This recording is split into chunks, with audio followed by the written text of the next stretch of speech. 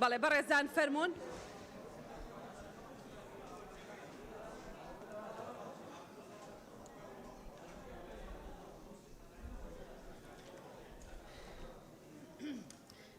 بەناوی خوای بەخشندەی میهرەبان، بەناوی گەلی کوردستان، دانیشتنی ژمارە 5 ئاسایی خولی پاییزە ساڵی دووەم لە خولی پێنجەمی هەڵبژاردننی پەرلەمانی کوردستان دەست پێەکەین.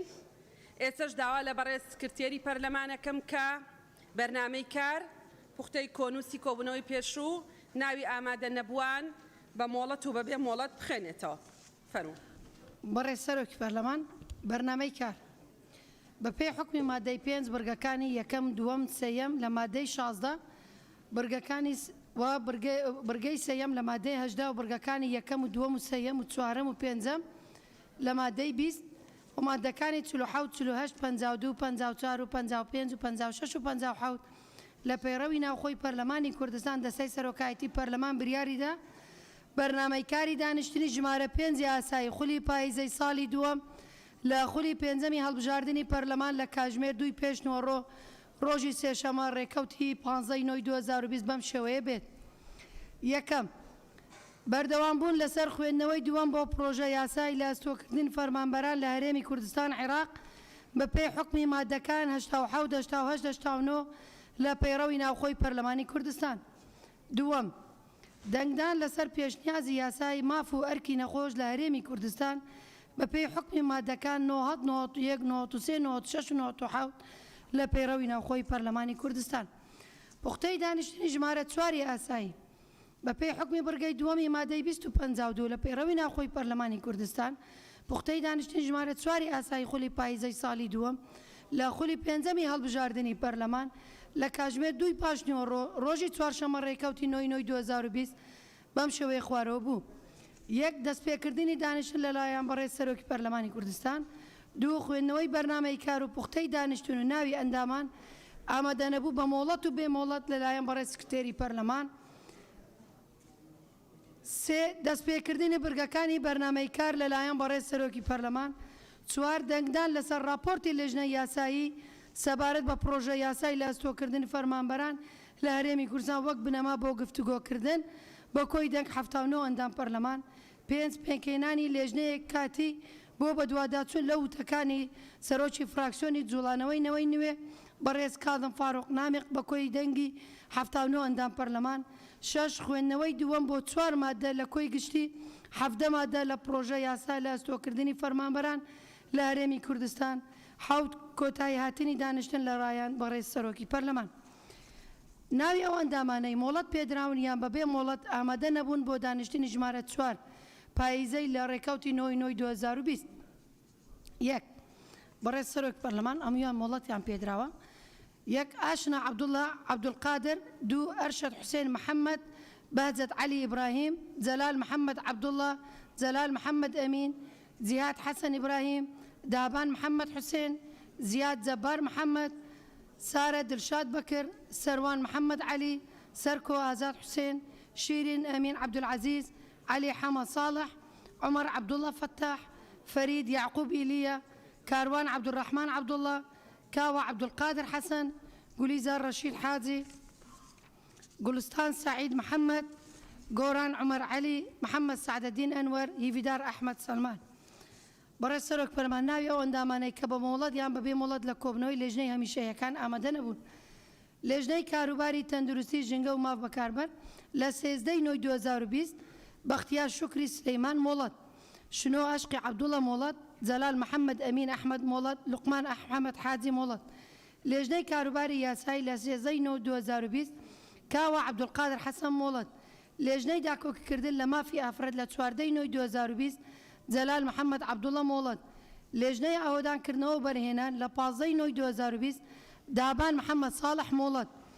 لێژنەی پەروەردەی خوێندنی باڵا و تۆژینەوەی زانستی لە 15/9/2020 ئاشنا عەبدوڵڵا قادر مۆڵەت، گولستان باقی سلەیمان مۆڵەت. لێژنەی کاروباری پێشمەرگە لە 15/9/2020 بژار خالید عەبدوڵڵا مۆڵەت، سەروان محەممەد عەلی مۆڵەت. لێژنەی کاروباری شەهیدان و جنۆسایدی زیندانیانی سیاسی لە 15/9/2020 ڕۆژان محەممەد کەریم مۆڵەت. لێژنەی دەستپاکرد لە 15/9/2020 دابان محەممەد حوسێن مۆڵەت. زۆر سوپاس بەڕێز سەرۆکی پەرلەمان. بەڵێ زۆر سپاس بەڕێزان ئەندامانی پەرلەمان دەست بە جێبەجێکردنی بڕگەی یەکەمی بەرنامەی کارەکەمانەکەین. ئێستش داوا لە بەڕێزان لیژنەی یاساییەکەین فەرمونون بۆ شوێنی خۆیان. کاکتۆر سەباح نقطەی نظامی.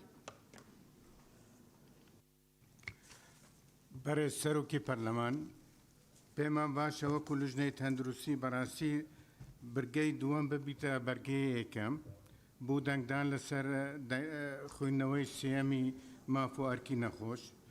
داوا دەکەم کە ببیتە بەرگەی یەکەم حەزەکەین بە دەنگدان ینی کە ئەندام پەرلەمانەکە ڕازی بن پێمان باشە برگەی دووەم بیتە یەکەم. زۆر سوپاسانەکەم. بەڵێ دەبێت سێ کەس پشتگیریت کا کاکتۆر سەباح. بەڵێ کاک ڕۆمیۆ بەسەر چاو وەرتان دەگرم.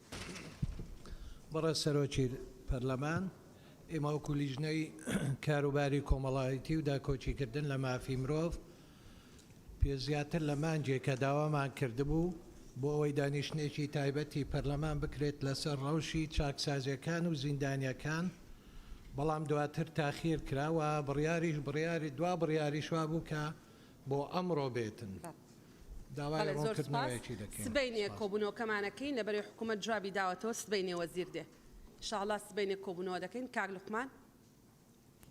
بەڕێز سەرۆکی پەرلەمان پشتگیری لە داواکاریەکەی کاک دکتۆر سەباحەکەین سەبارەت بە هەڵگۆڕکردنی بڕگەکانی دانیشتن. زۆر سپاس. بەڵێ زۆر سپاس. مامۆستا بووبەکر.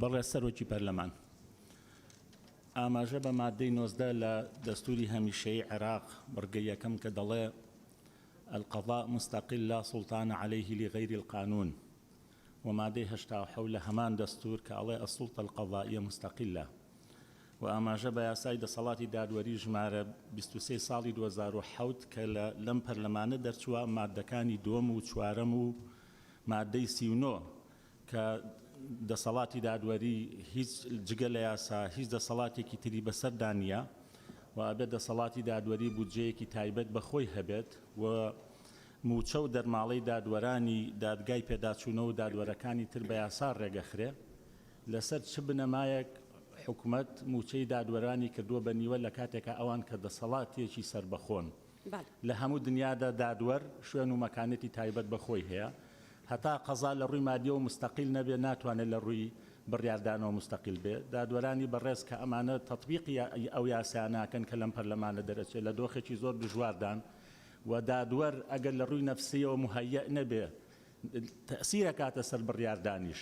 بۆیە یعنی ئەمە پێشێلێکی گەورەی ئەم یاسا و دەستورەیە کە مادە و بەرگەکانی بۆ جەنابتان خوێندەوانێ. بۆیە ئەبێ سەرۆکایەتی پەرلەمانی کوردستان تەدەخل لەم مەسەلەیە بکە و جگە لە سەرۆکی دادگای پێداچوونەوە هیچی پلە تایبەت نین ئەوان بە پلە تایبەت لە قەڵەم دراون و نیوەی موچەکانیان ئێستا دەبڕێ. ینی حاکم هەیە ملیۆنێک و 400,000 وەرگتووە ئەم دوو مانگی ڕابردوو بە ملیۆنێک و 400,000ەوە چۆن ژیانی بەڕێواچێ.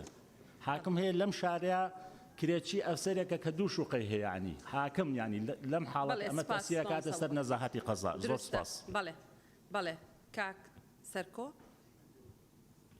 بەڕێز سەرۆکی پەرلەمان وەڵای من تەنها بۆ ڕوونکردنەوەیەک بەڕێز سکرتێری پەرلەمان ناوی ئێمە و لیژنەی دارایی بکو بەغیاب خوێندەوە بەڵام ئێمە وەکو ئەرکی لیژنەی دارایی سەردانی خاڵە سنووریەکانمان کردو لە دوو هەفتەی ڕابردووە مۆڵەتیشمان لە جەنابتان وەرگرتووە. مامۆستا عەبدولستار. بەڕێز سەرۆکی پەرلەمان وەڵام لەسەر بنەمای مادەی 60 پێڕەوی ناوخۆ قسە دەکەم لەسەر ئەو بابەتەی کە بەڕێز سکرتێری پەرلەمان بابەتێکی گشتاندووە بۆ پەرلەمانتارانی هەرێمی کوردستان سەبارەت بۆ پرسیار و بە دوواداچوونانە کە نابێت لە میدیاکان و بڵاو بکرێنەوە بەر لەوەی کە سەرۆکایەتی پەرلەمان ڕەوانەی بکە. ئەمە تەمەشام کردو بەڕاستی مادەکانی کە ئەو ئاماژەی پێکردو 58 و 59 و 60 ئەمما دانەباسیەوەی دەکات کە مەرزەکانی پرسیاری تێدایە. هەر کاتێک کە پرسیار ئاراستەی حکوومەت یا دامەزراوەیەکی فەرمی ئەم هەرێمی کوردستانە کرا ئەگەر مەرزەکانی تێدا بوو بەڕاستی سەرۆکایەتی پەرلەمان بووی نییە بڵێ ئەمڕەتی دەکەمەوە لە بە هەر هۆکارێکگە چکە لە مادەی 60 دەڵێ خاڵی یەکەم دەستەی سەرۆکایەتی دەتوانێت ئەو پرسیاران ڕەت بکاتەوە کە یەک لەو مەرزانەی تێدا نەبێت کە لە مادەی 59 دا ئاماژەیان پێکراوە. من نازم بەڕاستی یعنی دەسە ئەساسی چ مادەیەک بەچی یاسایەک بەڕاستی ئەمە دەکرێت لە کاتێکدا کە مامۆستاگیان بۆی جوابی ئەوە کرد بدەمەوە نقطە نیزامەکە چکە 1 دقیقە و 1 دقیقە تەواو بوو. سەرۆکاتی پەرلەمان ناتوانێت پرسیاری هیچ ئەندامێکی بەڕێزی پەرلەمان ڕەت کاتەوە.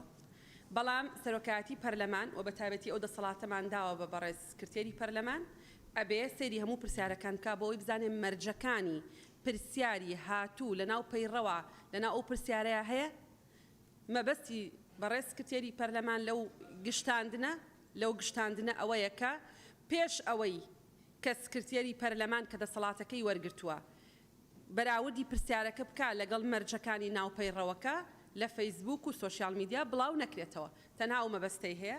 بەڵێ کاکزانە بەڕێز سەرۆکی پەرلەمان بە پێی بڕگەی یەکەم لە مادەی 48 پەیڕەوی ناوخۆی پەرلەمانی کوردستان داوە پژگیری لە پێشنیارەکەی بەڕێز دکتۆر سەباح دەکەم بۆ ئاڵوگۆڕکردنی بەرگەکانی بەرنامەی کار. بەڕێزان ئەندامانی پەرلەمان ئەو پێشنیارە سێ پشتیوانی هەیە. هەر ئەندامێکی بەڕێزی پەرلەمان لەگەڵ ئەوەیە کە ئاڵوگۆڕی بەرنامەی کار بکەین سەرەتا دەنگدان لەسەر پێشنیازە یاسای ماف و ئەرکی نەخۆش لە هەرێمی کوردستان بە پێی حکومەکانی مادەی 91 و 93 و 96 و 97 لە پەیڕەوی ناوخۆی پەرلەمانی کوردستان ببێ بە بڕگەی یەکەم با دەنگدان.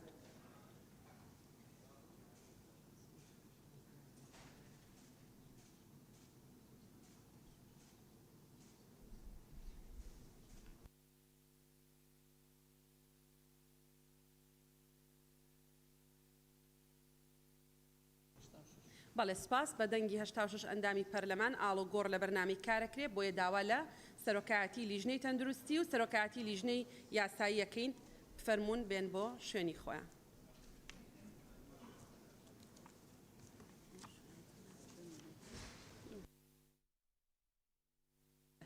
گوڵستان خان بەڵێ وەریان دەکەن.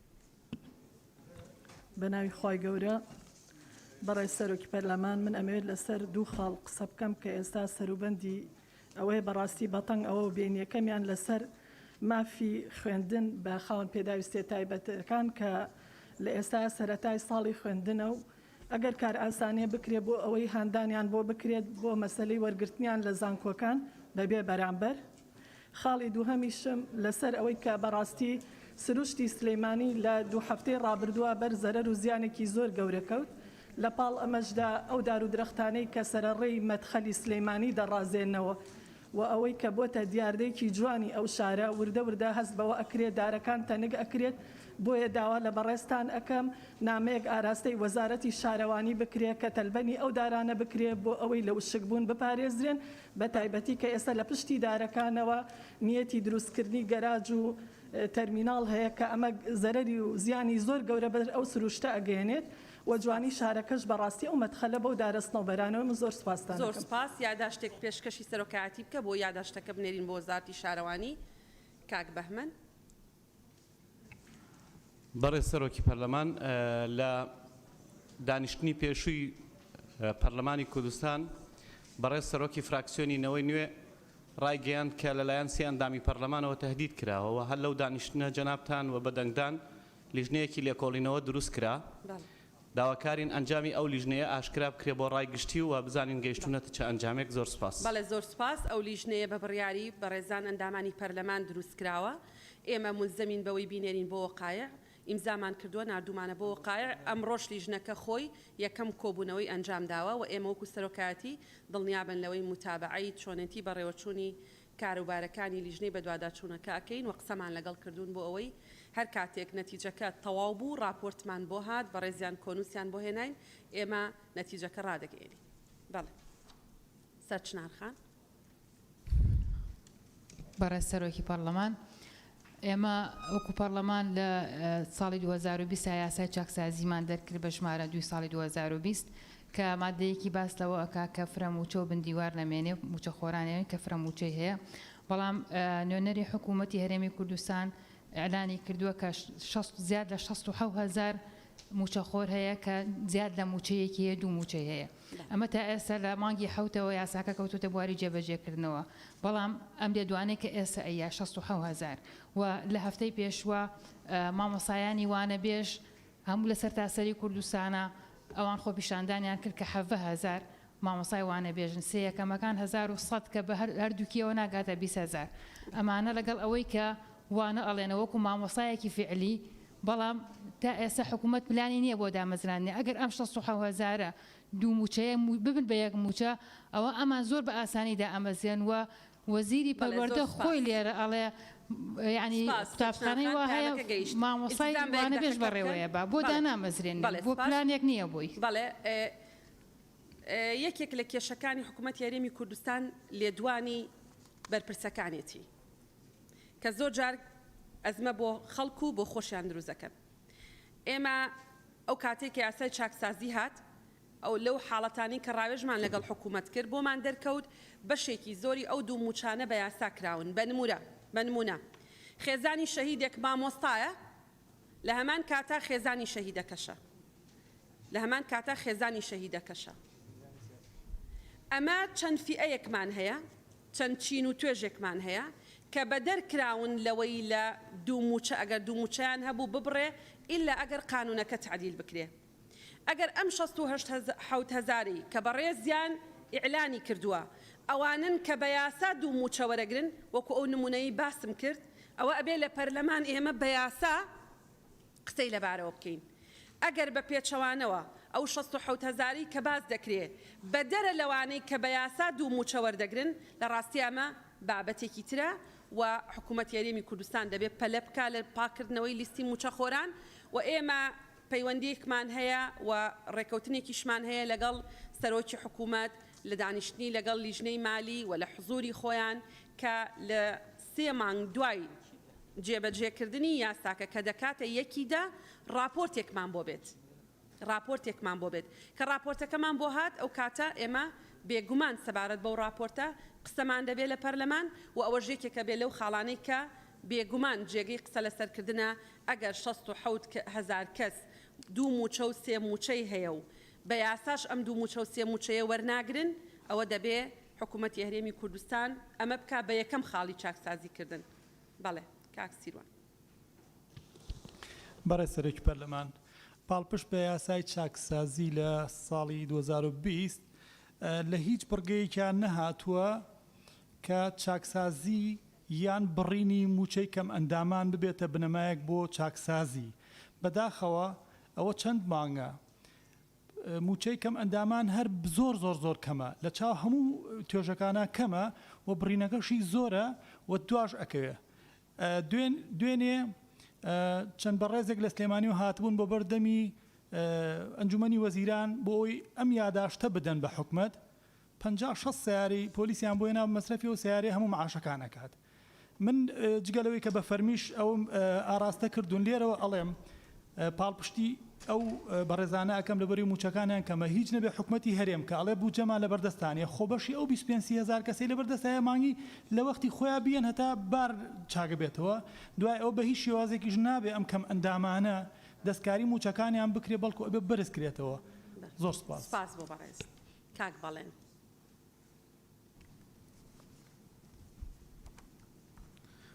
بەڕێز سەرۆکی پەرلەمان بە پێی مادەی 56 بڕگەی دووەم خاڵی 1 یاسای چاکسازی لە هەرێمی کوردستان لە 1/7 چوەتە بواری جێبەجێکردنەوە. یەکێ لەو پێشێلکاریانەی کە ینی دژی یاساکە و جێبەجێکردنی یاساکەی بڕینی موچەی بەشێکی زۆر لە زیندانیانی سیاسیە کە تەنها مینحەکەیان هەیە بەپێی یاساکە کە لە پەرلەمانی کوردستان پەسەند کراوە بڕین بۆ ئەوانەیە کە دوو موچە یا دوو مینحەیە ئەوانە وەرەگرن بەڵام بەشێکی زۆر لە زیندانیانی سیاسی کە هیچ موچەیەکی تریان لە حکومەت یاریمی کوردستانیە تەنها مینحەکەیان هەیە بەپێی یاساکە بێ مینحەکەیان بەردەوام بێ دەوری ئەوە بۆ 3 مانگ بۆ 4 مانگەچێ موچەکانیان ڕاگیراوە بەبێ پشتیوانی هیچ دەقێکی قانونی.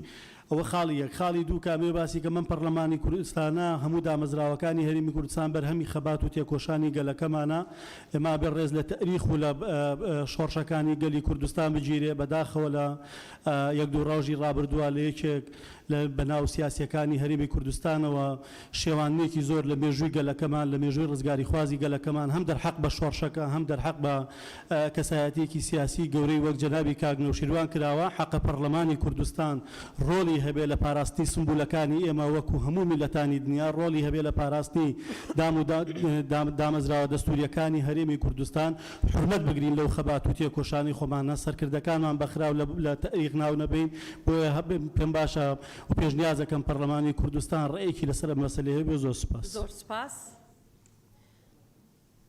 نقطەی نظامی؟ با نقطەی نظامیەکان تەواوکەم کاکمە دوایەوە کاکتۆر عوسمان وابزانم تەواو بێ دوای. بەڕێز سەرۆکی پەرلەمان پاڵپشت بە یاسای ژمارە 11 ساڵی 2013 مافی دەستکەوتنی زانیاری لە هەرێمی کوردستان داش عێراق زیاد لە 7 ساڵە ئەم یاسایە لەم پەرلەمانە دەرچووە. من پێشتر پرسیارم ئاڕاستە کردووە بۆ دەستەی مافی مرۆڤ دەوترێت لە ناو یاساکە پێویستە لە ماوەیەکی سەقفێکی زەمەنی دیاریکراودا کە 2 مانگە ڕێنمایی پێویست بۆ ئاسانی جێبەجێکردنی یاسا دەرکرێ. پرسیارم کردووە ڕێنماییان دەرنەکردووە لەگەڵ ئەنجومەنی وەزیران قسەم کردووە بێ گشتاندنی بۆ دەربکرێ گشتاندن دەرنەچووە. ئەلفوبێی دیموکراسی لای هەمووتان ڕوونە کە مەسلەی مافی دەستڕاگەیشتنە بە سەرچاوەکانی زانیاری.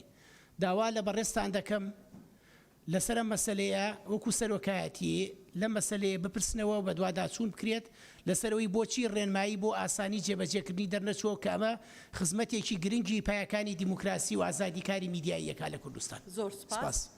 زۆر سپاس. دکتۆر عوسمان.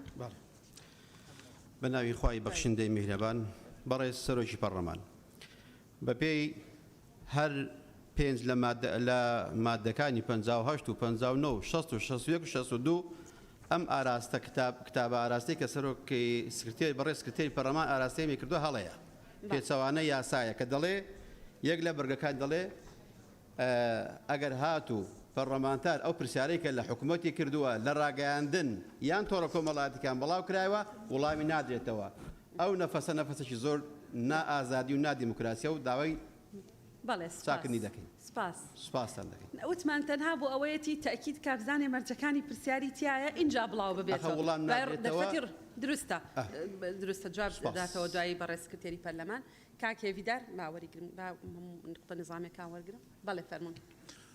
بەڕێز سەرۆکی پەرلەمان لەسەر مەسلەی زیندانی سیاسی ئەمە لە کاتی گفتوگوەکانی پرۆژەی چاکسازی بەڕێز دکتۆرەڤاڵا وەزیری کاروباری نێوان حکومەت و پەرلەمانیش لێرەیە لەگەڵ تیمەکانی حکومەت وەزیرەکانی دارایی وەزیری کاروباری شەهیدەکان و ئەوانەی کە لەگەڵیان بوون قسەمان کرد بە پێی یاسای ساڵی 2011 ئەگەر هەڵە نەبم هەر زیندانیەکی سیاسی ئەگەر 10 ساڵ تێپەڕی موچەکەی تەواو دەبێت. ئێمە کە ئەو کاتە گفتوگومان کرد لەگەڵ حکومەت وتی هەر زیندانیەکی سیاسی ئەگەر یەک موچەی بەتەنیایە بێت موچەکەی نابڕێتن بەڵام چەند مانگە کە بڕیویانە حەز دەکەینانی ئەمە ڕوونکردنەوە بێتن چونکو پرسیارێکی زۆر قسەی حکومەت لە ناو لژنەی پەرلەمانی ئایا بە فەرمی وەردەگیرێت دکتۆرا یان هەر ئەڵێن وڵایی هیچ دەقنووسێک نەنووسراوە ئێمە سیقەمان هەبوو لەسەر و قسەیە و بەردەوامیش بۆ و چەند مانگەکەش ئەم مشکلەی هەیە ئایا ئەم قسەی کە فەرمی لە لژنەی دارایی کرا بە پەسەندی وەرەگرین یان هەما تەنیا قسەیەک بوو کرا و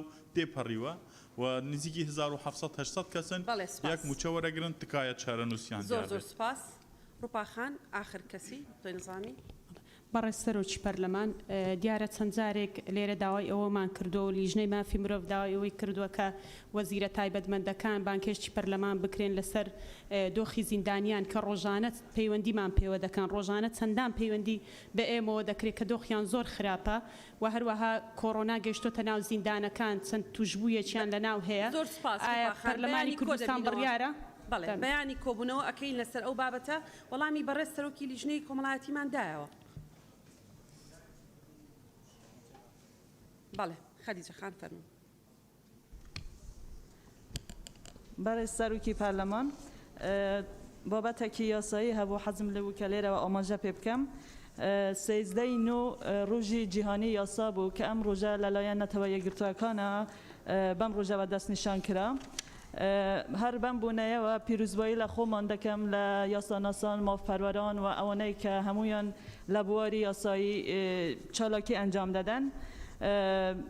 منیش پێم باش بوو کە ئێمەش لە کوردستان ڕۆژێکمان هەبید بۆ ئەم بوونەیە بۆ ئەوەی کە بتوانیم لەم ڕۆژەدا چالاکی بکەین بۆ بەڵاوکردنەوەی ڕوشنبیری و هوشیاری یاسایی لە ئاستی دامەزراوەکانی حکوومەت لە ئاستی کۆمەلگا لە ئاستی زانکۆکان بەگشتی ئێمەش وەکو پەرلەمان کە جیهەتێکی سەرەکی دەرکردنی یاسا و چاودێریکردنی جێبەجێکردنی یاساینە گرنگەکە لەم ڕۆژەدا ئەو بوونەیە بەرز ڕابگرین و کار بکەین بۆ ئەوەی کە ئەم بابەتە وە بکەین کە ئاستی هوشیاری خەڵک زۆر سپاس خان.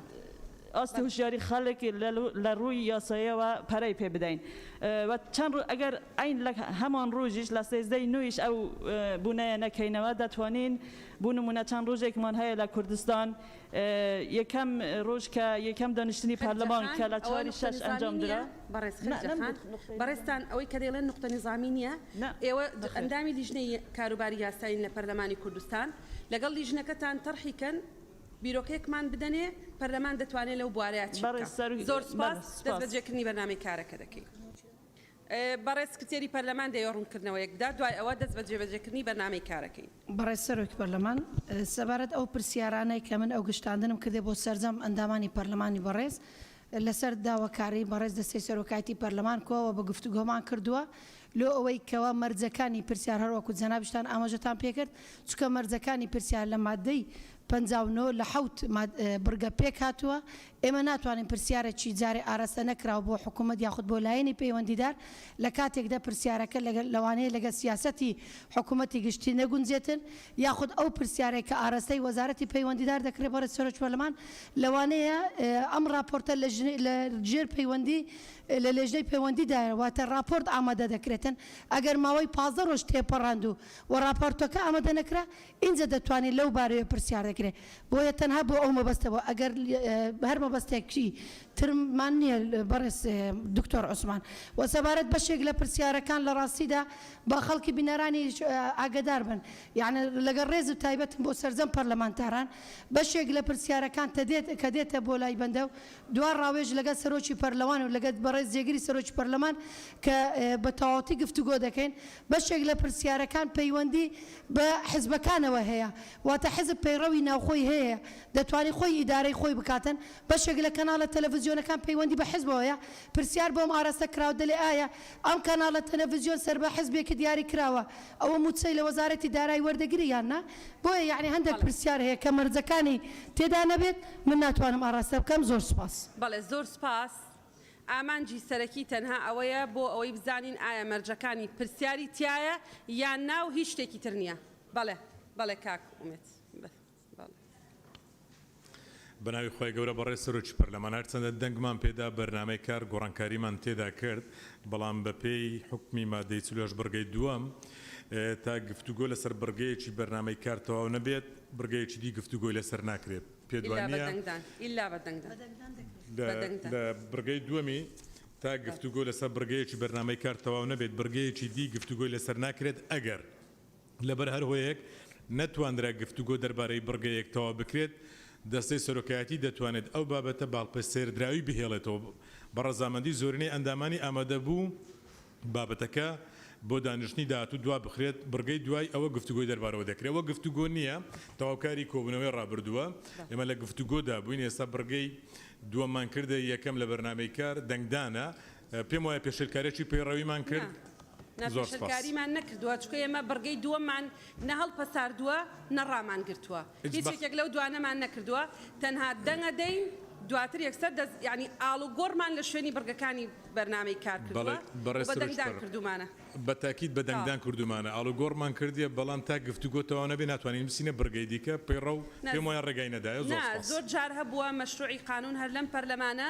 نیوەی مناقەشە کراوە و ڕاگیراوە ئەستن نیوەکەی تری هەر مناقەشە نەکراوە ئەم حاڵەتانە دەبێ و ئەمە هیچ ڕێگریەکی پەیڕەوی نییە بەڕێز دکتۆر بژار فەرموون کاک بژار فەرموون بەڕێز سەرۆکی پەرلەمان ئەمە دەقی راپۆرتی هەردوو لیژنەی تایبەتمەندە بوو سەرۆکاتی پەرلەمانی کوردستان بابەت راپۆرتی هاوبەش لیژنەی کاروباری یاسایی و لیژنەی کاروباری تەندروستی و ژینگە و مافی بەکاربەر ڕۆژی یەکشەممە ڕێکەوتی 13 نۆ 2020 کاتژمێر 11 پێش نیوەڕۆک و بوونەوەی هاوبەشیان ئەنجامدا بوو تاوتەوێکردن و داڕشتنەوەی ئەو پێشنیارانەی کە لەلایەن ئەندامانی پەرلەمانەوە پێشکەشکراون سەبارەت بە پێشنیازی یاسای ماف و ئەرکەکانی نەخۆش لە هەرێمی کوردستان داش عێراق لە خوێندنەوەی دووەمدا دوای گفتوگۆکردن و تاوتەوێکردن لیژنەکان گەیشتە ئەنجامانەی خوارەوە سەبارەت بە ناو و نیشان هیچ پێشنیارێک نییە وەک خۆی بەم شێوەیە یاسای ماف و ئەرکەکانی نەخۆش لە هەرێمی کوردستان داش عێراق بەڵێ بەڕێزان ئەندامانی پەرلەمان سەبارەت بە ناونیشانی پێشنیازە یاساکە هیچ پێشنیارێک نییە جگەلەوەی کە بەڕێز سەرۆکی لیژنەی یاسایی خوێندیەوە هەر ئەندامێکی بەڕێزی پەرلەمان لەگەڵ ئەوەیە ناونیشانەکە وەکو خۆی دەنگی پێ بدرێ پەسەند بکرێ با دەنگدا.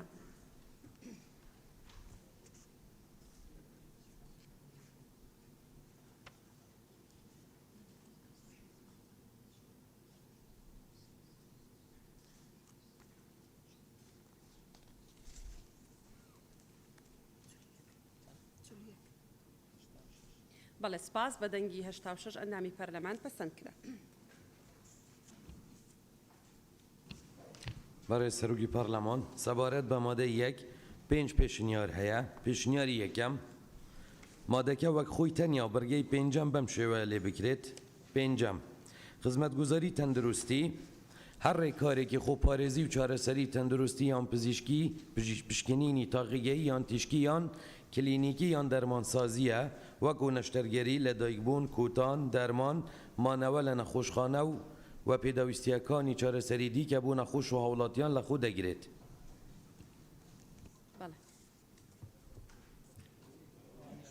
هەمووی بخێنەرەوە ئینجا خێنە دەنگدا. بەڕێز سەرۆکی پەرلەمان پێشنیاری دووەم مادەکە وەک خۆی تەنیا بەرگەی 11 بەم شێوەیە لێ بکرێت. 11 دەستەواژەی هەڵەی پزیشکی بگۆردرێت بوو دەستەواژەی هەڵەی چارەسەر سازی و بەم شێوەیە پێناسە بکرێت. 11 هەڵەی چارەسەر سازی هەموو ئەو کاریگەریە زیان بەخشانە دەگرێتەوە کە بەر نەخۆش دەکەون لە ئەنجامی یان خراپ ئەنجامدانی خزمەتگوزاری تەندروستی یان تەکنیکی لەلایەن لیژنەیەکی زانستی پسپۆر لە بوارەکەدا دیاری دەکرێت. پێشنیاری سێەم مادەکە وەک خۆی تەنیا لە بەرگەی 13دا دەستەواژەی هێزکاری تەندروستی بگۆڕێت بۆ پێشکەشکاری خزمەتگوزاری تەندروستی. پێشنیاری چوارەم وەک خۆی بەم شێوەیە مادە 1 مەبەستی ئەم یاسا لەم و شەو دەستەواژانەی خوارەوە مۆنەکانی بەرامبەریانە. یەکەم هەرێمی کوردستان داش عێراق. دووەم وەزارەتی تەندروستی هەرێم. سێەم وەزیری تەندروستی هەرێم. چوارەم دامەزراوەی تەندروستی هەموو شوێنانەی خزمەتگوزاری تەندروستی پێشکەش بە نەخۆش دەکەن چ لە کەرتی گشتی یان تایبەت بێت. پێنجەم خزمەتگوزاری تەندروستی هەر ڕێکارێکی خۆپارێزی و چارەسەری تەندروستی یان پزیشکی پشکنینی تاقیگەیی یان تیشکی یان کلینیکی نەشتەرگەری لە دایکبوون کوتان دەرمان مانەوە لە نەخۆشخانە و پێداویستیەکانی چارەسەری دیکە بوو نەخۆش و هاوڵاتیان لە خۆ دەگرێت. شەشەم نەخۆش هەر مرۆڤێک پێویستی بە چاودێری تەندروستی و چارەسەری پزیشکی هەبێت. حوتەم نەخۆشی هەر تێکچوونێکی جەستەیی یان عەقلی یان دەرونی کە نیشانەی هەبێت و تەندروستی مرۆڤ تێک بدات. هەشتەم نەخۆشی درێژخایەن ئەو نەخۆشیانن کە ماوەکەی لە 3 مانگ زیاترە و پێویستی بە چاودێری تەندروستی و پزیشکی بەردەوام دەبێت. نوێم هاوڵی نەخۆش هەر کەسێک بە حکمی یاسایان پلەی خزمایەتی ڕێگە پێدراو بێت بە وەژۆکردن لە جیاتی نەخۆش لە کاتێکدا نەخۆشەکە لەبەر هوکاری سەختی نەخۆشیەکەی یان کەمی تەمەن نەتوانێت واژۆ بکات. دەیەم ئالوسکانە ئاساییەکان ماک ئەو ئالوسکانن لەوانەیە لە کاتی چارەسەر یان دوای چارەسەر ڕۆ بدات کە لە تۆمارە پزیشکیەکان باسییان لێوە کراوە و ناچێتە ناو بازنەی هەڵەی پزیشکیەوە. 11 هەڵەی پزیشکی ئەو ئالوسکانە نەخوازراوانن کە لە ئەنجامی هەر کەم تەرخەمیەکی پیشەیی یان تەکنیکی یان ناشارەزایی یان پشتگوێ خستن ڕوو دەدەن کە لەگەل ڕێساکانی دەستدانە پیشەی پزیشکی و چارەسەری نەگونجاو بێت و ببێتە هۆکارێک بۆ زیان گەیاندن یان دروستبوونی پەککەوتە یان مردنی نەخۆش. 12 ڕێساکانی پیشە ئەو ڕێسایانن کە بۆ دەستدانە کاری چارەسەری پزیشکی و تەندروستی لە هەرێمدا بەرکارن. 13 هێزکاری تەندروستی ئەو هەموو کەسانن کە پیشەیەکی پزیشکی و تەندروستی پیادە دەکەن بە گۆێرە یاسا بەرکارەکان. 14 لیژنەی لێکۆڵینەوەی هەمیشەیی لیژنەیەکی پیشەییە کە لێکۆڵینەوە لەو کێشە و پرسانە لە ئەنجامی هەڵەی پزیشکی و تەندروستیەکان دروست دەبن ئەنجام دەدات. پێشنیاری پێنجەم پێشنیاری هەردوو لیژنەی تایبەتمەند بە پێیەوە دەسەڵاتانەی مادە نۆتۆی بەرگەی چوارەم لە پەیڕەوی ناوخۆی پەرلەمانی کوردستان کە بە لیژنەی یاسایی و لیژنەی تایبەتمەند درراوە ئێمە لە کوبەندی ئەو بژاردانەی پێشنیار کراون لەلایەن ئەندامانی پەرلەمان لە دانیشتنی خوێندنەوەی دووەمدا ئەم پێشنیارە دەخینە ڕۆ و داوا دەکەین بخرێتە دەنگدان. مادەی یەکەم وەک خۆی تەنیا لەگەڵ هەندێک ڕاستکردنەوە و بەم شێوەیە. یەک بڕگەیەک بە زنجیرەی دووەم زیاد بکرێت بەم شێوەیە و زنجیرەی بڕگەکانی دیکە و بەو پێیە دەگۆڕێت. دووەم ئەنجومەنی وەزیرانی هەرێم. دوو بڕگەی شەشەم کە دەبێتە بڕگەی حەوتەم بەم شێوەیە لێ بکرێت. حەوتەم نەخۆش. هەر مرۆڤێک پێویستی بە خزمەتگوزاری تەندروستی هەبێت. سێ بڕگەی هەشتەم لەم مادەیە لاو ببرێت. چوار بڕگەی چواردەیەم بەم شێوەیە لێ بکرێت. چواردەیەم لژنەی لێکۆڵینەوە لژنەیەکی پیشەیە لە وەزارەت کە لێکۆڵینەوە لەو کێشە و پرسانە لە ئەنجامی هەڵی پزیشکی و تەندروستی دروست دەبن ئەنجام دەدات.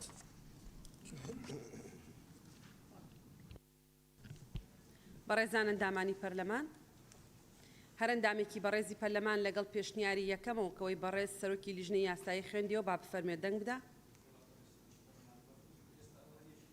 نانا مەفروض نییە سەری مادەی نەوەتکە ئەندامی پەرلەمان خۆی بۆی هەیە داوا لە سکرتێر بکە یا لە لیژنەکان بکە و دیاریکراوی لە سکرتێر بکە بۆی نوسخەی لابێ.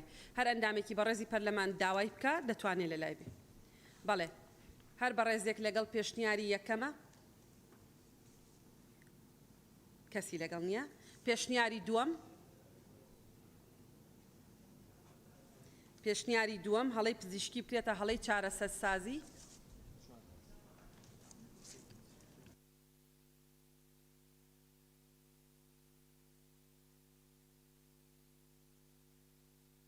بەڵێ شەش کەسی لەگەڵە. سپاس. پێشنیاری سێم. بەڵێ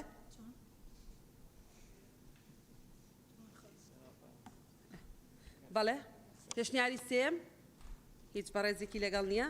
پێشنیاری چوارەم وەک خۆی هیچ بەڕێزێکی لەگەڵ نییە. پێشنیاری پێنجەم پێشنیاری لیژنەی تایبەتمەند و لیژنەی یاساییە بە هاوبەشی هەر ئەندامێکی بەڕێزی پەرلەمانی لەگەڵە.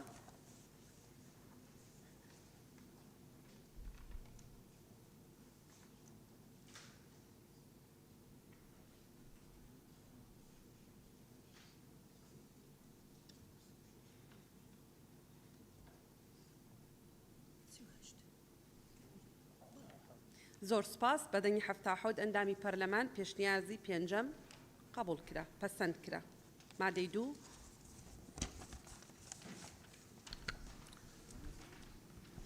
بەرز سەرۆکی پەرلەمان سەبارەت بە مادەی دووەم چوار پێشنیار هەیە. پێشنیاری یەکەم مادەی دوو وەک خۆی تەنیا لەگەڵ ئەم گۆڕانکاریە بەم شێوەی لێ بکرێت. ئەلیف بەرگەی دووەم گۆڕینی دەستواژەی هاوڵاتیانی هەرێم بۆ نەخۆش. بێ بەرگەی پەنجەم بەم شێوە لێ بکرێت. کەمکردنەوەی ڕێژەی مردن و پەککەوتن و زیان. جیم بەرگەیەک زیاد بکرێت بە زنجیرەی حەوتەم بۆ ئەم مادەیە. حەوتەم ئاسان دەستخستنی خزمەتگوزاری تەندروستی و پزیشکی بۆ نەخۆش کە بۆ نەخۆش بە کەمترین تێچوو. پێشنیازی دووەم بەرگەکانی یەکەم و دووەم لەم مادەیە لا ببرێتەوە زنجیرەی بەرگەکانی دروست بکرێت بەم شێوەی لێ بکرێت. یەکەم زامنکردنی ماف ئەرک شکومەندی سەلامەتی و پاراستنی نهێنیەکانی نەخۆش و بەرزکردنەوەی ئاستی خزمەتگوزاری و تەندروستی.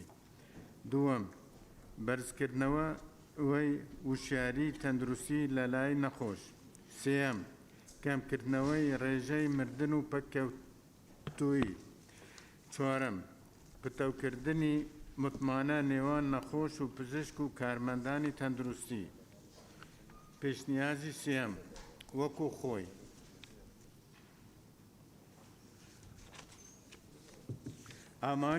ئامانجەکانی ئەم یاسایە مادەی دووەم.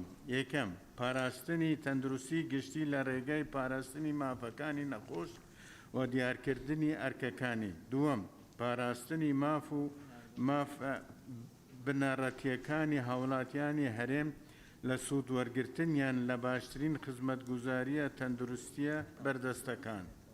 سێەم، پاراستنی شکۆمەندی و سەلامەتی و نهێنیەکانی نەخۆش و بەرزکردنەوەی ئاستی سودمەندی خزمەتگوزاریە تەندروستیەکان لە دامەزراوە تەندروستیەکان.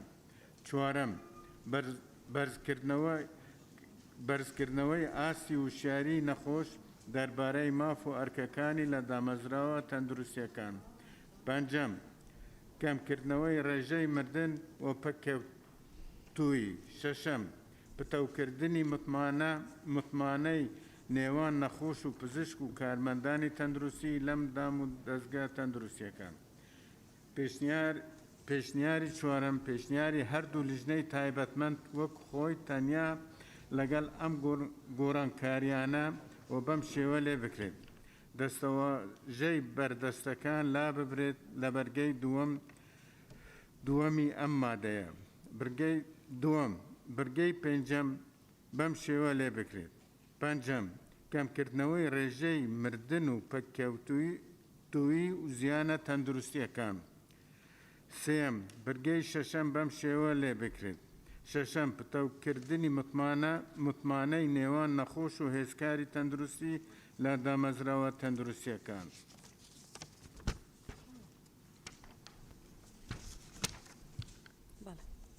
بەڵێ.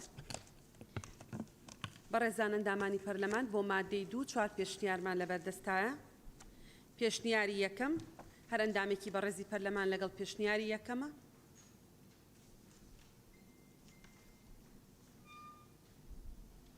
دوو کەس، زۆر سپاس. پێشنیاری دووەمە ئەندامێکی بەڕێزی پەرلەمان لەگەڵ پێشنیاری دووەمە. ئەوەی خۆی پێشنیاری کردووە. بەڵێ بەڵێ. پێشنیاری سێم وەک خۆی. کەسی لەگەڵ نییە. پێشنیاری سێم، پێشنیاری چوارەم، پێشنیاری هەردوو لیژنەی تایبەتمەند و لیژنەی یاسایی.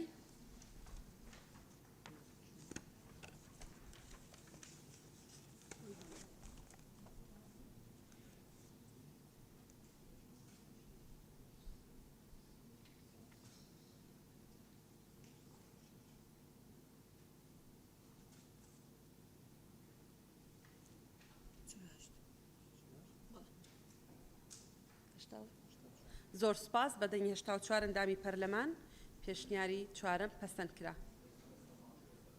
ناتوانانی قسە لەسەر مادە بکەیت چکە ئێمە گفتوگۆن.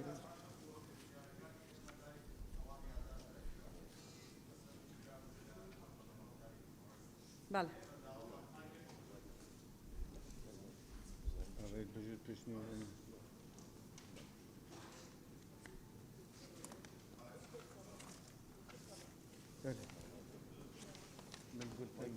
مایکتان پوژێنەوە. دەڵێ پێشنیارم هەبووە، سێ پشتیوانیشی هەبووە نەخراوەتە ناو پێشنیارەکانی کە مقتەڕەحە.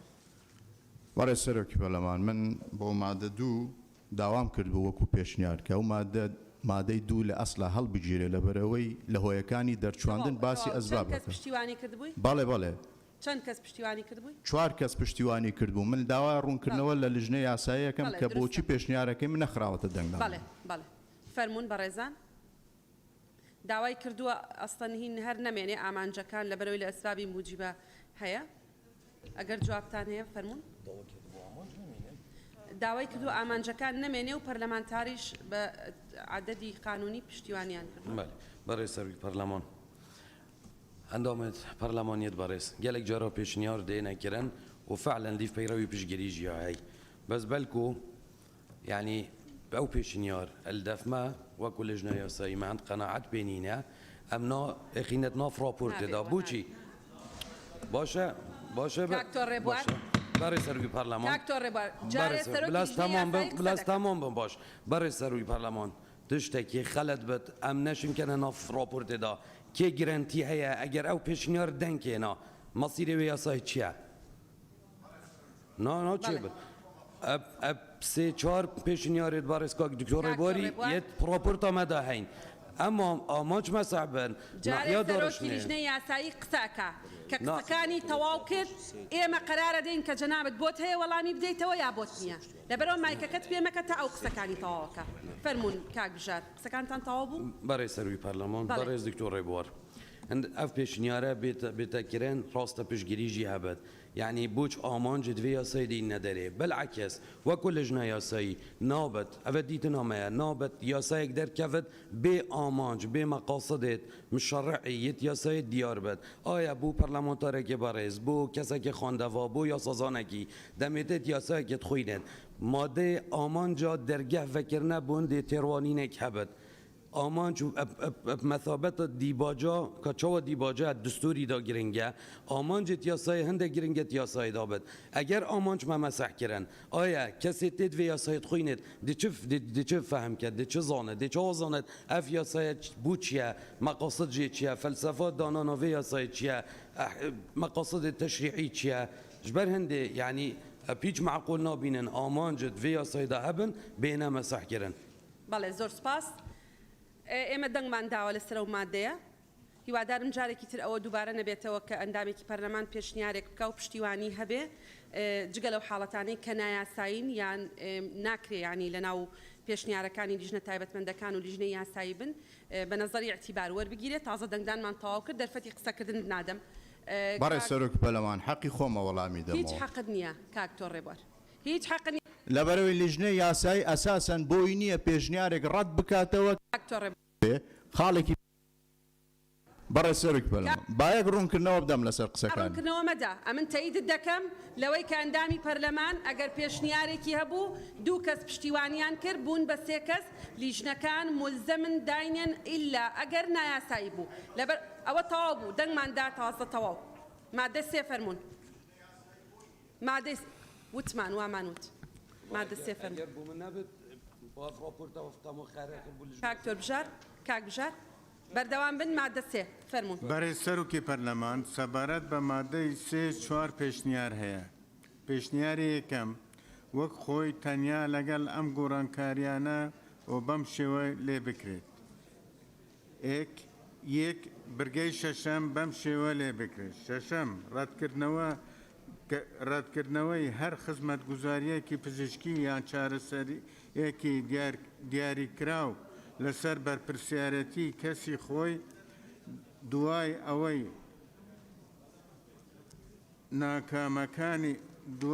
ئاکامەکانی بە نەخۆشی گوترابیت بە مەرجێک ڕەتکردنەوەی چارەسەری یان ڕاگررتنی نەبیتە هۆی مردنی نەخۆشیان پەککەوتووی هەمیشەیی هەروە تەمەنی 18 ساڵی تەواو کردبیت و توانای هەبیت گزارش لە ویستی خۆی بکەن دووەم برگەی هەشتم خوالی چوارەم بەم شێوە لێ بکرێت هەشتم چوارەم کاتێک نەخۆش هەولی زیان گەیاندن بە ژیانی خۆی بدات سێم برگەی نوێم بەم شێوە لێ بکرێت نوێم نەخۆش لە میدیا و تۆرە کۆمەڵایەتیەکان نیشان نەدرێت تەنها بە ڕەزامەندی خۆی نەبیت چوارەم لە برگەی دوازدەیەمدا دەستەواژەی هاوڵێکی بکرێتە کەسێکی تر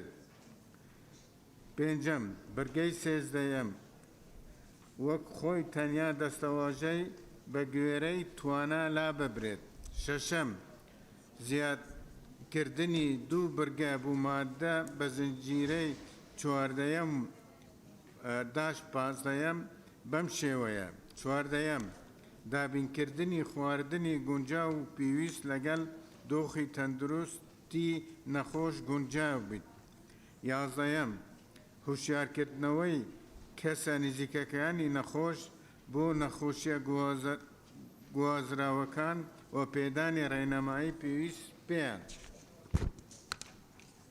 پێشنیاری دووەم وەک خۆی تەنیا برگەیەک بە زنجیرەی چواردەیەم زیاد بکرێت بۆ ئەم مادەیە چواردەیەم وەرگێری زمان بۆ نەخۆش ئامادە بکرێت ئەگەر چارەسەرکار بێگانە بیت پێشنیازی سێم وەک خۆی مادەی سێ نەخۆش لە هەر دامەزراوەیەکی تەندروستی چ گشتی یان تایبەت بیت سەرجەم ئەو مافانە دەبیت کە لەم یاسایە و یاسا بەرکارەکاندا هاتوون و بە یەک پێوەەر بەبێ جیاکاری مەعاملە لەگەڵ سەرجەم نەخۆشەکاندا دەکرێت مافەکانیش بریتینە لامانای خوارەوە. یەکەم دابینکردنی ئامێر و تاقیگەی پشکنین و چارەسەرە بەردەستەکان بە شێوەیەک گونجاو بیت لەگەڵ پێوەرە زانستیە پزیشکیەکان. دووەم معاملەکردن بە یەک پێوەەر بەبێ جیاکاری لەگەڵ سەرجەم نەخۆشەکاندا بە شێوەیەکی یەکسانی دادپەروەرانە بێ ڕەچاوکردنی هەر جیاوکیەکی کۆمەڵایەتی ڕەگەزی ڕەگەزنامە ئاین یان هەر هوکارێکی تر لەگەڵ بە هەندوەرگرتنی زیانە پێشبینکراوەکان بە ڕەجاوکردنی دۆخی بە پەلەوە خاوەن پێداویستیە تایبەتەکان. سێەم پێشوازی و پشکنینی و شوێنی مانەوەی بۆ دابین بکرێت بە شێوەیەک کە شکوو و کەسیەتی پارێزراو بێت. چوارەم پارێزگاریکردن لە تایبەتمەندیەکانی باری تەندروستی یان کەسی تەنها لەو حاڵەتەنەدا نەبیت کە بە یاسا دیاری کراوە یان لە لای دادگاوە داوا بکرێت یان بیتە هۆی مەترسی بۆ تەندروستی گشتی. پەنجەم دەستکەوتنی زانیاری تەواو لە پزیشکی چارەسەرکار و دامەزراوەی تەندروستی لەبارەی تەواوی تێچوونی دارایی پشکنینی و چارەسەری و زانینی پلانی چارەسەری و جێگرەوەکان و ئەرکەکانی ئالۆزەکان و بە زمانێکی ڕوون و ئاشکرا لەگەڵ ڕەچاوکردنی دۆخی نەخۆشی مەترسیدار و باری لە ناکاو بەپەلە. دووەم بینینی دۆسیەی پزیشکی یەکەی و دەستکەوتنی وێنەیەک لە دۆسیەکەی لەسەر داوای خۆی و وەرگرتنی راپۆرتی پزیشکی سەبارەت بە دۆخی تەندروستی نەخۆش لە کاتی پێویستدا و بێ هیچ بەرامبەرێک.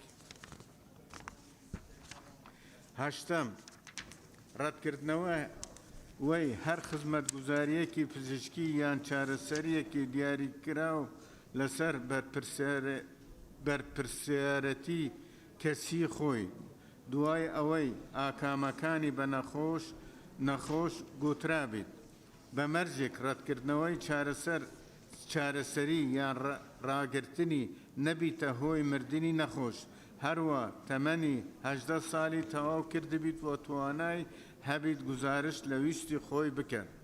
حوتەم وەرگرتنی بڕیار و ڕەزامەندی نووسراوی پێشوەختەی یان ڕەزامەندی هاوڵی نەخۆش بۆ ئەنجامدانی هەر نەشتەرگەریەک یان سەرکردنێک بینی 2 قوس 5 جگە لە بارەکانی لە ناکاو وەڕوودەوەکاندا. هەشتەم لەباری لە ناکاودا یان لە پێناوی ڕزگارکردنی ژیان پزیشک دەبیت بڕیاری جووری چارەسەری ئەم نەخۆشانەی خوارەوە بدات بەبێ گەڕانەوە بۆ هاوڵەکەی. یەکەم بێهوشت، دووەم بیرکۆڵ، سێەم بێکەس، چوارەم کاتێک نەخۆش هەوڵی زیان گەیاندن بە ژیانی خۆی یان کەسێکی تر بدات. پێنجەم نەخۆشی دەرونی ئەوانەی کە توانای بڕیاردانیان لەو کاتەدا نییە. نوێم نەخۆش لە میدیا و تۆمرە کۆمەڵایەتیەکان نیشان نەدرێت تەنها بە ڕەزامەندی خۆیان هاوڵەکەی نەبێت. دەیەم بەشداربوون یان نەبوونی لە هەر جۆرە لێکۆڵینەوەیەکی پزیشکی و توژینەوەی زانستی و لە هەر کاتێکدا بیەوێت دەتوانێت بکشێتەوە. یازدەیەم ڕاویشکردنی بە پزیشکی یان دامەزراوەیەکی تەندروستی دیکە بۆ نەخۆشیە تەندروستیەکەی لەم بارەتە پێویستە پزیشک یان دامەزراوەی تەندروستی یەکەم راپۆرتی پزیشکی تەواو سەبارەت بە نەخۆشی و بە دواچوونەکانی بداتە نەخۆش وەک بەرچاوڕۆنیەک بۆ پزیشکی دووەم. دوازدەیەم پزیشک نەخۆش بە تەنها پشکێنێت و کاتی پێویستی بۆ تەرخان دەکات، ئەمەش ڕێگر نییە لەوەی نەخۆش هاوڵێکی لەگەڵ دابێت. سێزدەیەم پێویستە لەسەر وەزارەت بە گوێرەی توانە چارەسەری بە خۆڕایی لە دامەزراوە تەندروستی حکومیەکانی هەرێم بۆ نەخۆشانی تووشبوو بە نەخۆشیە درێژخانەکان دەستە بەر بکە.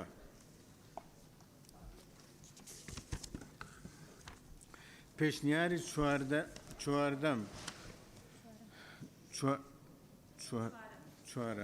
چوارەم ببوورە. پێشنیاری هەردوو لیژنەی تایبەتمەند وەک خۆی تەنیا لەگەڵ ئەم گۆڕانکاریە و بەم شێوەی لێ بکرێت. ئێکەم پێشەکی مادەی سێەم بەم شێوەیە لێ بکرێت. نەخۆش لە هەر دامەزراوەکی تەندروستی وێرای سەرجەم ئەو مافانەی کە لە یاسای بەرکارەکانی هەرێمدا هاتوون ئەم مافانەی خوارەوە دەبێت. دووەم برگەی دووەم دەبێتە برگەی یەکەم و بەم شێوە لێ بکرێت. دووەم معاملەکردن بە یەک پێوەر بەبێ جیاکاری لەگەڵ سەرجەم نەخۆشەکاندا بە شێوەیەکی یەکسان و دادپەروەرانە بێ ڕەچاوکردنی هەر جیاکاریەکی کۆمەڵایەتی ڕەگەزی نەتەوەیی ڕەگەزنامە سیاسی ئاینی یان هەر هوکارێکی تر لەگەڵ بە هەندوەرگرتنی دۆخی بەپەلەوە خاوەن پێداویستی تایبەت. سێەم برگەی شەشەم بەم شێوە لێ بکرێت. شەشەم ڕەتکردنەوەی هەر خزمەتگوزاریەکی پزیشکی یان چارەسەرێکی دیاریکراو لەسەر بەرپرسیارەتی کەسی خۆی دوای ئەوەی ئاکامەکان بە نەخۆشی ڕادەگەیەنرێت بە مەرجێک ڕەتکردنەوەی چارەسەر یان ڕاگرتنی نەبیتە هۆی مردنی نەخۆش یان زیان گەیاندن بە تەندروستی گشتی و نەخۆش تەمەن 18 ساڵ تەواو کردبیت و توانای هەبیت گزارش لە ویستی خۆی بکە. چوارەم برگەی هەشتەم پێشێکی بەم شێوە لێ بکرێت. هەشتەم لەبارەی لە ناکاو یان لە پێناوی ڕزگارکردنی ژیاندا پزیشک دەبیت بڕیاری جۆری چارەسەری ئەم نەخۆشانە خوارەوە بدات بە بێگەرانەوە بۆ هاوڵەکەی. پێنجەم برگەی یازدەم بەم شێوە لێ بکرێت. یازدەیەم ڕاوێژکردن بە پزیشکیان دامەزراوەیەکی تەندروستی دیگە سەبارەت بە نەخۆشیەکەی و لەم بارەدا پێویستە پزیشکیان دامەزراوەی تەندروستی یەکەم بێ بەرامبەر راپۆرتی پزیشکی تەواو سەبارەت بە نەخۆشی و بە دواچوونەکانی وەک بەرچاو ڕۆنیەک بۆ پزیشکی دووەم بدەتە نەخۆش. شەشەم برکەی دوازدەم بەم شێوە لێ بکرێت. دوازدەیەم بە تەنها پشکنین و چارەسەری بۆ بکرێت و کاتی پێویست بۆ تەرخان بکرێت. ئەمەش ڕێگر نییە لەوەی نەخۆش کەسێکی تر بە ڕەزامەندی خۆی لەگەڵدا بێت. هەفتەم برگەی سێزدەیەم بەم شێوە لێ بکرێت. دەستبەرکردنی خزمەتگوزاریە تەندروستیەکان لە دامەزراوە تەندروستیەکانی کەرتی گشتی بێ بەرامبەر. هەشتەم زیادکردنی سێ برگە بە زنجیرەی چواردەیەم داش پازدەیەم داش شازدەیەم بەم شێوەیە. چواردەیەم ڕەچاوی باری دەڕوونی نەخۆش. پازدەیەم نابێت ڕوودانی کێشەیان بەرکەوتن لە نێوان نەخۆشیان هاوڵەکەی لەلایەک و هێزکاری تەندروستی یان بەڕێوەبەراتی دەمەزراوەی تەندروستی لەلایەکی تر هیچ کاریگەریەک لەسەر پرۆسەی چارەسەرکردنی نەخۆشدا بنیت. 16 دابینکردنی خواردنی پێویست وە گونجاو لەگەڵ دۆخی تەندروستی نەخۆش. زۆر سوپاس. بەڵێ زۆر سپاس بە ڕێزان ئەندامانی پەرلەمان سەبارەت بە مادەی 3 هەر 4 پێشنیارمان هەیە هەر ئەندامێکی بەڕێزی پەرلەمان لەگەڵ پێشنیاری یەکەمە با دەستبەرزکاتەوە هەر بەڕێزێک لەگەڵ پێشنیاری یەکەمە با دەستبەرزکاتەوە بەڵێ کەسی لەگەڵ نییە هەر بەڕێزێک لەگەڵ پێشنیاری دووەمە با دەستبەرزکاتەوە هەر بەڕێزێک لەگەڵ وەک خۆی پێشنیاری سێم وەک خۆی هەر بەڕێزێک لەگەڵ پێشنیاری چوارەمە پێشنیاری لیژنەی تایبەتمەند و لیژنەی یاسایی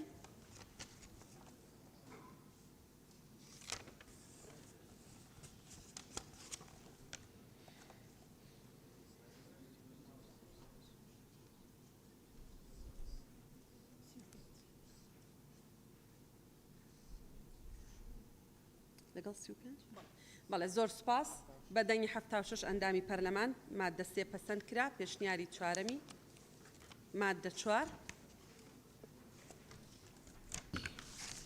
بەناوی خوای گەورە بەڕێز سەرۆکی پەرلەمان شایان کاکە ساڵح سەبارەت بە مادەی 4 5 پێشنیار هەیە پێشنیاری یەکەم مادەی 4 بەم شێوەی لێ بکرێت نەخۆش یان میراتگرانی یان ئەوەی نوێنەرایەتی دەکات لە ڕووی یاساییەوە جێگای دەگرێتەوە لە کاتی پەککەوتەیی یان مردنیدا بۆیان هەیە یەکەم داوای زانینی هۆکاری پەککەوتەیی یا مردنەکە بکەن وەلایانی پەیوەندیداریش پابند بێت لە خستنەڕووی ڕاستیەکان و پێدانی بەڵگەنامە تەندروستی و پزیشکیەکان دووەم لە کاتی بوونی گوماندا سکاڵایەک بۆ وەزارەتی تەندروستی یان بەڕێوەبەری گشتی بەرز بکاتەوە و پێویستە لە ماوەیە کە لە 10 ڕۆژ تێپەڕ نەکات ئاراستەی لێژنەی لێکۆڵینەوەی هەمیشەیی بکرێت سێم داوای قەرەبوو بکات پێشنیاری دووەم بڕگەی یەکەم وەک خۆی تەنیا بڕگەی دووەم و سێم بەم شێوەیە لێ بکرێت دووەم لە کاتی بوونی گوماندا سکاڵایەک بۆ وەزارەتی تەندروستی و سندیکا پەیوەنددارەکان بەرز بکاتەوە و پێویستە لە ماوەی 10 ڕۆژدا ئاراستەی لیژنەی لێکۆڵینەوەی هەمیشەیی بکرێت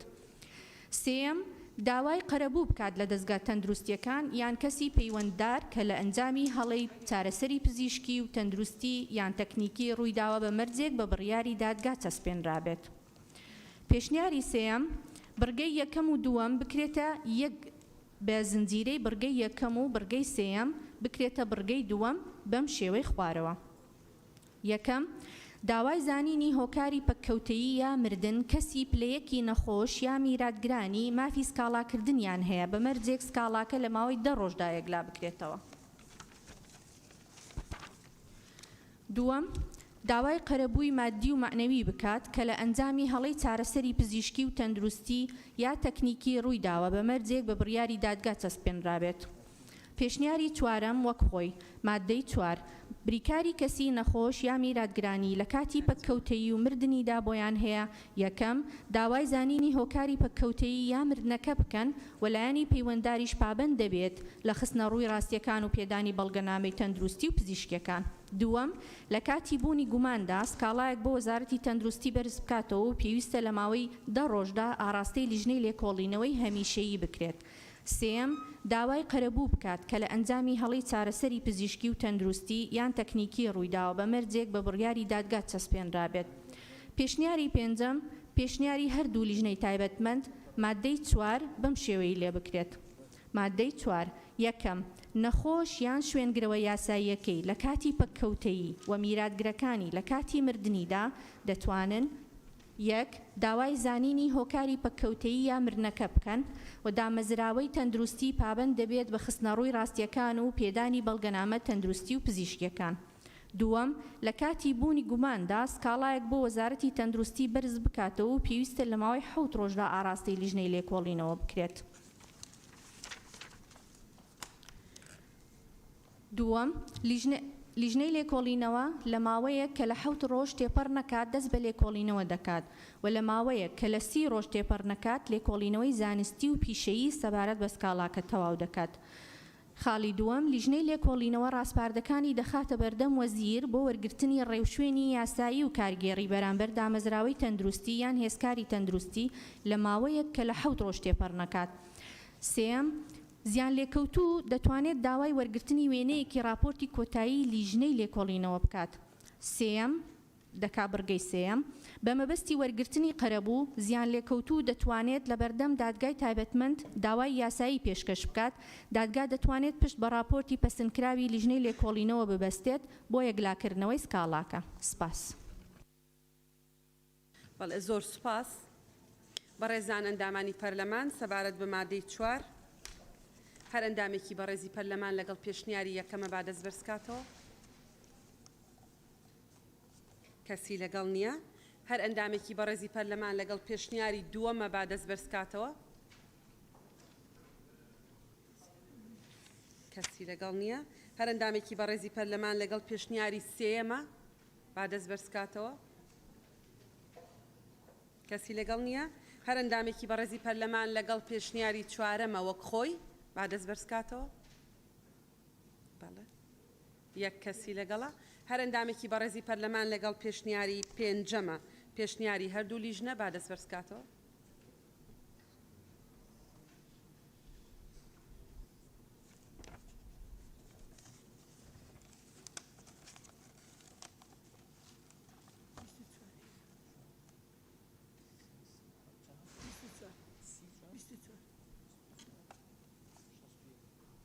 بەڵێ زۆر سپاس. بەدەنگی 61 ئەندامی پەرلەمان پەسەند کرا. مادەی 5 فەرموون.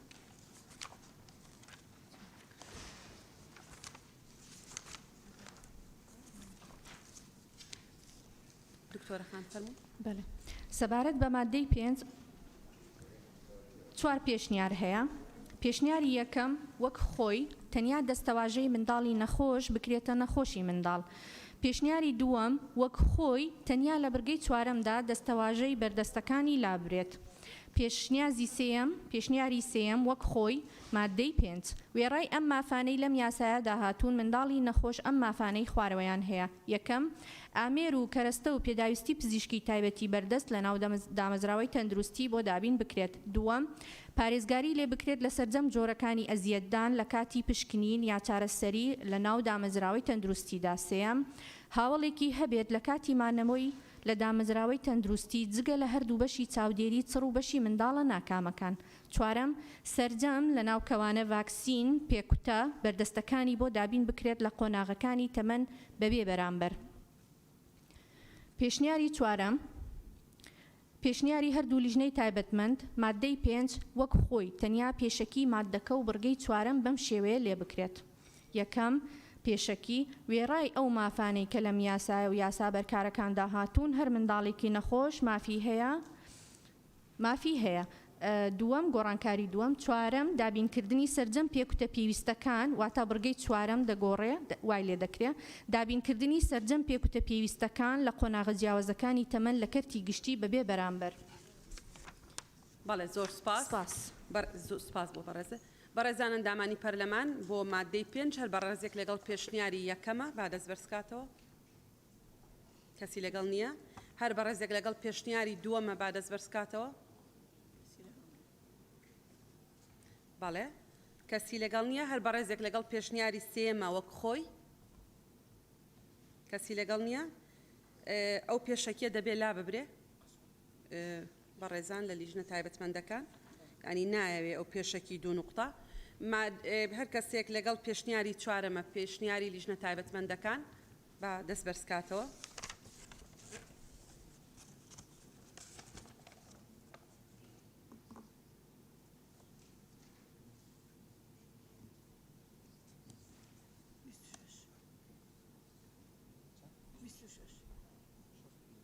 بەڵێ زۆر سپاس. بەدەنگی 61 ئەندامی پەرلەمان پەسەند کرا. مادەی 6 بەڕێز سەرۆکی پەرلەمان سەبارەت بە مادەی 6 4 پێشنیار هەیە. پێشنیاری یەکەم وەک خۆی تەنیا بڕگەیەک زیاد بکرێت بە زنجیرەی سێیەم بۆ ئەم مادەیە بەم شێوەی خوارەوە. سێم تایبەتمەندیەکانی پارێزراو بێت لەگەڵ دابینکردنی شوێنی مانەوەیان لە نەخۆشخانەکانی تایبەت بە ژنان بە پێی پێویست. پێشنیاری دووەم وەک خۆی تەنیا لە بڕگەی دووەمدا دەستەواژەی بەردەستەکانی لا ببرێت. پێشنیاری سێم وەک خۆی مادەی 6 وێڕای ئەو مافانەی لەم یاسایەدا هاتوون ئافرەتی دووگیان مافی هەیە. یەکەم ناوەندی تایبەتمەند بە چاودێری و ڕێنوێنی و ڕاوێژ و چارەسەری بۆ خۆی و بۆ کۆرپەکەی لە سەرجەم قۆناغەکانی سکپڕی و دوایی لەدایک بوون دابین بکرێت. دووەم گشت ئەو پێکوتە بەردەستانەی کە پێویستی پێیانە لە پێش یان لە کاتی دووگیانی یان لە دوای لەدایک بوون بەبێ بەرامبەر بەدەستی بکەوێت. پێشنیاری چوارەم پێشنیاری هەردوو لیژنەی تایبەتمەند مادەی 6 بەم شێوەی لێ دەکرێت. وێرای ئەو مافانەی کە لەم یاسایە و یاسا بەرکارەکاندا هاتوون ئافرەتی دووگیان مافی هەیە. یەکەم ناوەندی تایبەتمەند بە چاودێری و ڕێنوێنی و ڕاوێژ و چارەسەری بۆ خۆی و بۆ کۆرپەکەی لە سەرجەم قۆناغەکانی دووگیانی و لە کاتی لەدایک بوون و دوای لەدایک بوون لە کەرتی گشتی بۆ دابین بکرێت. دووەم دابینکردنی گشت پێکوتە پێویستەکان لە قۆناغەکانی دووگیانی یان لە دوای لەدایک بوون بەبێ بەرامبەر. سپاس. بەڵێ زۆر سپاس. بەڕێزان ئەندامانی پەرلەمان سەبارەت بە مادەی 6 دیسان 4 پێشنیار هەیە. هەر ئەندامێکی بەڕێزی پەرلەمان لەگەڵ پێشنیاری یەکەمە با دەستبەرزکاتەوە. کەسی لەگەڵ نییە. هەر ئەندامێکی بەڕێزی پەرلەمان لەگەڵ پێشنیاری دووەمە با دەستبەرزکاتەوە. کەسی لەگەڵ نییە. هەر ئەندامێکی بەڕێزی پەرلەمان لەگەڵ پێشنیاری سێهەمە با دەستبەرزکاتەوە. کەسی لەگەڵ نییە. هەر ئەندامێکی بەڕێزی پەرلەمان لەگەڵ پێشنیاری چوارەم پێشنیاری لیژنە تایبەتمەندەکانە با دەستبەرزکاتەوە.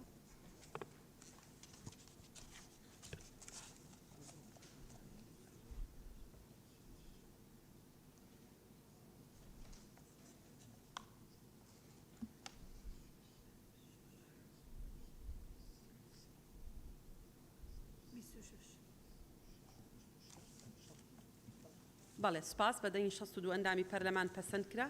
مادەی دوای ئەوە بەڕێزان بەنای خۆی گەورە سەبارەت بە مادەی 7 5 پێشنیار هەیە. پێشنیاری یەکەم ئەم مادەیە لا ببرێت. پێشنیاری دووەم وەک خۆی تەنیا ئەم دەقە بۆ مادەکە زیاد بکرێت لە کۆتاییەکەیدا یان لە حالەتی نەخوازرا و وەک دوو گیانی ئافرەتەکە لە ئەنجامی تونند و تیژی سێکسی و جەستەیی بێت بەم شێوەیە. ڕێگا بە لەباربردن نادرێت تەنها ئەگەر بە راپۆرتێکی پزیشکی لەلایەن لیژنەیەکی پزیشکی تایبەتمەند و سەلمێنرا کە بەردەوامبوونی دووگیانی یان لەدایک بوون دەبێتە مای زیانگەیاندن بە تەندروستی ئافرەتە دووگیانەکە یان لە حالەتی نەخوازرا و وەک دووگیانی ئافرەتەکە لە ئەنجامی تونند و تیژی سێکسی و جەستەیی بێت. پێشنیاری سێم وەک خۆی تەنها دەستەواژەی زیانگەیاندن بە تەندروستی بکرێتە کەوانە مەترسی لەسەر ژیانی. پێشنیاری چوارەم وەک خۆی مادەکە بەم شێوەیە ڕێگا بە لەباربردن نادرێت تەنها ئەگەر بە راپۆرتێکی پزیشکی لەلایەن لیژنەیەکی پزیشکی تایبەتمەندەوە سەلمێنرا کە بەردەوامبوونی دووگیانیان لەدایک بوون دەبێتە مای زیانگەیاندن بە تەندروستی ئافرەتە دووگیانەکە. پێشنیازی پێنجەم پێشنیاری هەردوو لیژنەی تایبەتمەند لە سەمادەی 7 بەم شێوەیەی لێ بکرێن. یەکەم ئافرەتی دووگیانی توشبوو بە نەخۆشیێکی ترسناک کە نەخۆشیەکە مەترسی ڕاستەقینە و مسۆگەر بێت لەسەر ژیانی دەکرێت دوای وەرگرتنی ڕەزامەندی نەخۆش و هاوسەرەکەی و بڕیاری لیژنەیەکی پسپۆڕی تایبەتمەند کە لە 5 پزیشک کەمتر نەبێ پشتبەست بە ئەنجامی پشکنینەکانی یەکێک لە دامەزراوە تەندروستیەکانی کەرتی گشتی کە بسەلمێنرێ بەردەوامی دووگیانیەکەی یان لەدایکبوون دەبێتە هۆی مەترسی لەسەر گیانی خودی ئافرەت و دووگیانەکە کۆرپەکەی لەبار ببرێت. دووەم جگە لە حالەتەکانی کەوانە لەباربردنی پزیشکی داخراو کە لە بڕگەی یەکەم ئەم مادەیە دەقنووس کراوە لەباربردن بە هەموو شێوەیە قەدەغەیە و بە پێی یاسای سزاکانی عێراق ژمارە 111 ساڵی 1969 هەموارکرا و مامەڵەی لەگەر دەکرێت. سوپاس. بەڵێ زۆر سپاس. بەڕێزان ئەندامانی پەرلەمان سەبارەت بە مادەی 7 5 پێشنیار هەیە. هەر ئەندامێکی بەڕێزی پەرلەمان لەگەڵ پێشنیاری یەکەمە.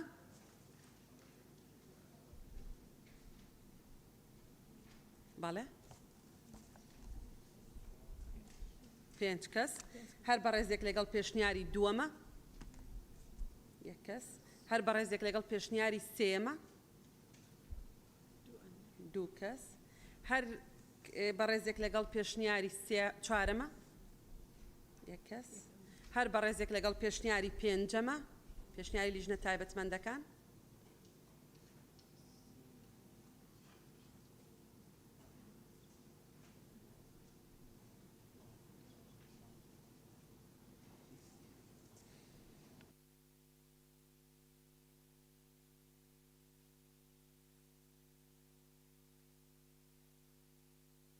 زۆر سپاس. بە دەنگی 53 ئەندامی پەرلەمان پێشنیاری پێنجەم پەسەند کرا.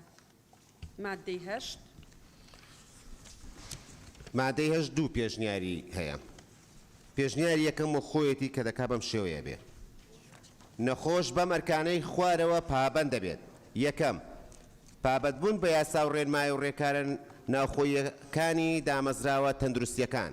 دووەم، ڕێزگرتن لە پزیشک و کارمەندانی دامەزراوە تەندروستیەکان نابێت هەڵسوکەوتی نەشیا و بە مەبەستی ئەنجام بدرێت کە لە گارگەی کاریگەری بکاتە سەر ڕەوشی نەخۆشەکانی تری دامەزراوەکە و هێزکارە تەندروستیەکان. سێەم، پێدانی ئەو بڕەپارەی کە بەر لە وەرگرتنی خزمەتگوزاریە تەندروستیەکان و ڕەزامەندی لەسەر دراوە بە پێی ڕێنمایی داراییەکان نەخۆش دەتوانێت بەر لە ئەنجامدانی هەر چارەسەرێک پاشگەز بێتەوە و ئەگەر پارەی دابوو وەری بگرێتەوە. چوارەم، پێدانی زانیاری بە پزیشکی چارەسەرکار بە تەواوی نەخۆشی و کێشە تەندروستیەکان و هەنگاوەکانی پەیوەست بە نەخۆشیەکە و وەرگرتنی هەر دەرمانێک. پێنجەم، ئەنجامدانی هەر کارێک کە ببێتە مای هەڕەشە بۆ تەندروستی گشتی. شەشەم، پاراستنی کەلوپەل و ئامێرەکانی دامەزراوە تەندروستیەکان. حوتەم، بڕیاری دامەزراوەی تەندروستی لە گواستنەوەی بۆ دامەزراوەیەکی دیکە بە گوێرەی ئەوەی کە پزیشکی چارەسەرکار بڕیاری لێ دەدات. هەشتم، ڕێزگرتن لە لیستی نۆرەی نەخۆش و پابەندبوون و بە شێوەی چاوەڕوانکردن بۆ ئەنجامدانی هەر خزمەتگوزارێک لە دامەزراوە تەندروستیەکان جگە لە باری لە ناکاو. نۆیەم، هەڵنەگرتنی چەک لە ناو دامەزراوە تەندروستیەکان. پێشنیاری دووەم، پێشنیاری هەردوو لیژنەی تایبەتمەند. یەکەم، هەردوو مادەی 8 و 9 ئەم یاسایە یەک بخرێت و بەم شێوەیە دابڕێژرێتەوە. یەکەم، نەخۆش وێرای ئەو ئەرکانەی لە یاسا بەرکارەکانی هەرێم هاتوون بەم ئەرکانەی خوارەوە پابەند دەبێت. یەکەم، پابەندبوون بە یاسا و ڕێنمایی و ڕێکارە ناوخۆیەکانی دامەزراوە تەندروستیەکان. دوو، ڕێزگرتن لە هێزکاری تەندروستی و دامەزراوە تەندروستیەکان و پاراستنی ئارامی و دوورکەوتنەوە لە هەڵسوکەوتی نەشیاوی ئەوتۆ کە کاریگەری هەبێت لەسەر ڕەوشی نەخۆشەکانی تر دامەزراوەکە و هێزکاری تەندروستی. سێ، بەدەر لە حاڵەتی لە ناکاو و مەترسیدار جێبەجێکردنی پابەندیە دارایی و ڕەزامەندی لە سەردراوەکان لە چوارچێوەی ڕێنماییەکان پێش وەرگرتنی خزمەتگوزاری تەندروستی دەبێت، بەڵام لە حاڵەتی پاشگەزبوونەوەی نەخۆش لە وەرگرتنی خزمەتگوزاریە تەندروستیەکان تەواوی پارەکەی بۆ دەگەڕێنرێتەوە. چار، بە پێی توانا و زانیاری بەردەست نەخۆش پابەندی پێدانی زانیاریە بە پزیشکی چارەسەرکار و دامەزراوەی تەندروستی بە پێی فۆرمێکی زانیاری تایبەت کە بۆ ئەم مەبەستە دروست دەکرێت سەبارەت بە نەخۆشیەکە کە کێشە تەندروستیەکانی هەنگاوەکانی پێشتری چارەسەری وەرگرتنی دەرمان، هەستیاری بەرامبەر وەرگرتنی جۆرێکی دیاریکراوی دەرمان و هەر زانیاریەکی تری پۆست کە لە فۆرمی زانیاری داهات بێت. 5. ئەنجام نەدانی هەر کارێک کە ببێتە مایەی هەڕەشە بۆ تەندروستی گشتی. 6. پاراستنی کەلوپەل و ئامێرەکانی دامەزراوە تەندروستیەکان. 7. پابەندبوون بە بڕیاری دامەزراوەی تەندروستی لە گواستنەوەی نەخۆشەکە بۆ دامەزراوەیەکی دیکە بە گوێرەی ئەو پێویستەی کە پزیشکی چارەسەرکار بڕیاری لەبارەوە دەدات. 8. ڕێزگرتن لە لیستی نۆرەی نەخۆش و پابەندبوون بە شێوازی چاوەڕوانکردن بۆ ئەنجامدانی هەر خزمەتگوزاریەک لە دامەزراوە تەندروستیەکان جگە لەباری لە ناکاو. نۆ هەڵنەگرتنی چەک و هەر ئامرازێکی بریندارکەر و مەترسیدار لە ناو دامەزراوە تەندروستیەکان و کلینچی پزیشکیەکاندا. دوورکەوتنەوە لە تۆمارکردنی ڤیدیۆ و فۆتۆ لە ناو دامەزراوە تەندروستیەکان. دووەم سەرجەم ئەو ئەرکانەی کە لە بڕگەی یەکەمی ئەو مادەیە دەغنووس کراوە هاوڵی نەخۆش پابند دەبێت. سوپاس. سپاس. بەڕێزان ئەندامانی پەرلەمان بۆ مادەی 8 دوو پێشنیار هەیە. یەکێکیان وەک خۆی هەر ئەندامێکی بەڕێزی پەرلەمان لەگەڵ ئەوەیە وەک خۆی مادەکە پەسەند بکرێت. سێ ئەندامی لەگەڵە بەڵێ سێ کەس. هەر ئەندامێکی بەڕێزی پەرلەمان لەگەڵ ئەوەیە کە پێشنیاری دووەم پەسەند بکرێت با بفەرمێ دەنگدا کە پێشنیاری لیژنەی تایبەتمەند و لیژنەی یاساییە.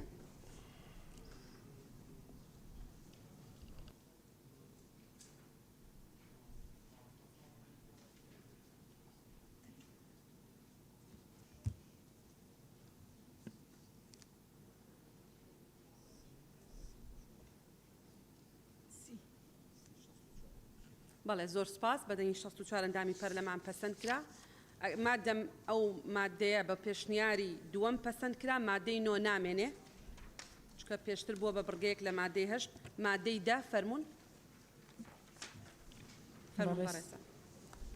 بەڕێ سەرۆکە پەرلەمانی سەبارەت بە مادەی دا چوار پێشنیار هەیە. پێشنیاری یەکەم مادەکە وەک خۆی تەنها برگەی سێ بەم شێوەیە لێ بکرێت. سێ لیژنە دەتوانێت بۆ خێراکردنی یەکلاکردنەوەی دەرەنجامی لێکولینەوە لیژنەی لاوەکی دروست بکات لە ژێر چاودێری خۆیدا بە مەرجێک ماوەی لێکولینەوەی لە 6 ڕۆژ تێپەر نەکات بە ئامادەبوونی نوێنەری داواکاری گشتی و سەندیکا پەیوەندی دارەکان. پێشنیاری دووەم مادەکە وەک خۆی تەنیا برگەی یەکەم لا ببرێت و زنجیرەی برگەکان بەم پێیە بگۆڕێت. پێشنیاری سیام وەک خۆی مادەی ده یەک پێکهاتە و ئەرکەکانی لیژنەی لێکولینەوەی هەمیشەیی بە پەیڕەوێک ڕێک دەخرێت کە لەلایەن ئەنجومەنی وەزیرانەوە دەردەچێت. دوو لێکولینەوەکانی لیژنە بە ئامادەبوونی نوێنەری داواکاری گشتی و سەندیکا پەیوەندیدارەکان ئەنجام دەدرێت. سێ لیژنە دەتوانێت بۆ خێراکردنی یەکلاکردنەوەی دەرەنجامی لێکولینەوە لیژنەی لاوەکی دروست بکات لە ژێر چاودێری خۆیدا بە مەرجێک ماوەی لێکولینەوەی لە 6 ڕۆژ تێپەر نەکات. پێشنیاری چوارەم پێشنیاری هەردوو لیژنەی تایبەتمەند مادەی ده بەم شێوەیە دابڕێژرێتەوە. یەکەم پێکهاتە و ئەرکەکانی لیژنەی لێکولینەوە بە پەیڕەوێک ڕێک دەخرێت کە لەلایەن ئەنجومەنی وەزیرانەوە دەردەچێت. دووەم لێکولینەوەکانی لیژنە بە ئامادەبوونی نوێنەری داواکاری گشتی و سەندیکا و کۆمەڵە پەیوەندیدارەکان لە کاتی پێویستدا ئەنجام دەدرێت. سێم لیژنە دەتوانێت بۆ خێرا یەکلاکردنەوەی دەرەنجامی لێکولینەوە لیژنەی لاوەکی دروست بکات لە ژێر چاودێری خۆیدا بە مەرجێک ماوەی لێکولینەوە لە 30 ڕۆژ تێپەر نەکات. پێشنیاری لیژنەی زۆر سپاس. بەڵێ زۆر سپاس. بۆ مادەی دا چوار پێشنیار هەیە. هەر ئەندامێکی بەڕێزی پەرلەمان لەگەڵ پێشنیاری یەکەمە کەسی لەگەڵ نییە. هەر ئەندامێکی بەڕێزی پەرلەمان لەگەڵ پێشنیاری دووەمە کەسی لەگەڵ نییە. هەر بەڕێزێک لەگەڵ پێشنیاری سێمە وەک خۆی. هەر بەڕێزێک لەگەڵ پێشنیاری چوارەمە پێشنیاری لیژنە تایبەتمەندەکان و لیژنەی یاسایی.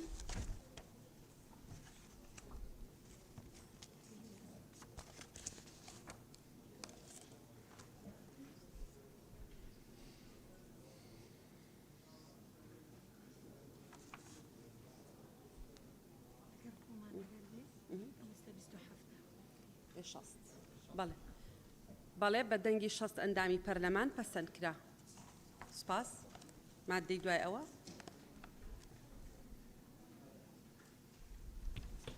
بەڕێ سەرۆکە پەرلەمانی پێشنیاری لیژنەی تایبەتمەند زیادکردنی مادەیەک بە زنجیرەی 11 بۆ ئەم یاسایە و زنجیرەی مادەکانی بەم پێیە بگۆڕدرێت. مادەی 11 لە کاتی پێشێلکردنی ئەو مافانەی لەم یاسادا هاتوون نەخۆش یان شوێنگرە یاساییەکەی مافی داواکردنی جێبەجێکردنی حکمی مادەی 4 ئەم یاسایە هەیە.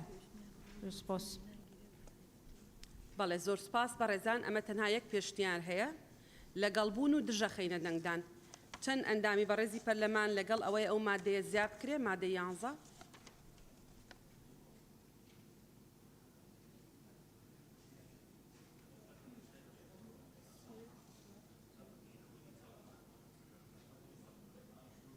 زیاد بکرێ.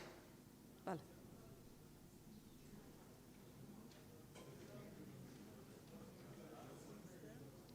بەڵێ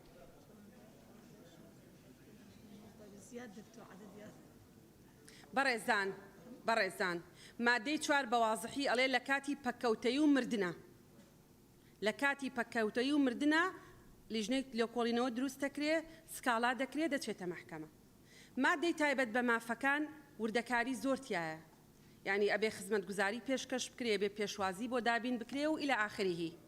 ئەم مادەیە ئەڵێ ئەگەر خزمەتگوزاریەکانی بۆ دابین نەکرا ئەچین بۆ مادەی 4 یعنی بۆ لیژنەی تحقیقی و بۆ سکاڵا هەر ئەندامێکی بەڕێزی پەرلەمان لەگەڵ ئەوەیە با دەست بەرزکاتەوە.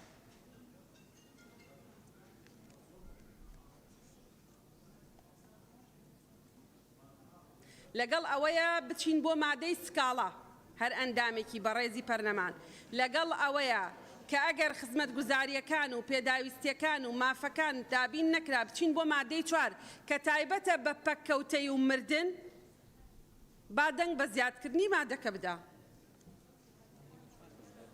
بەڵێ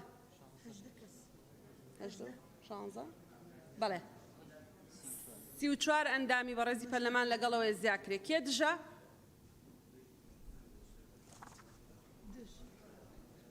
خۆشم دژم لەبەرەوەی ناقانونیە دژم من بحسابم بکە و پرۆژەیە لەبەر ئەو مادەیە دێتەوە لە هەند سەرۆکایەتی هەرێم.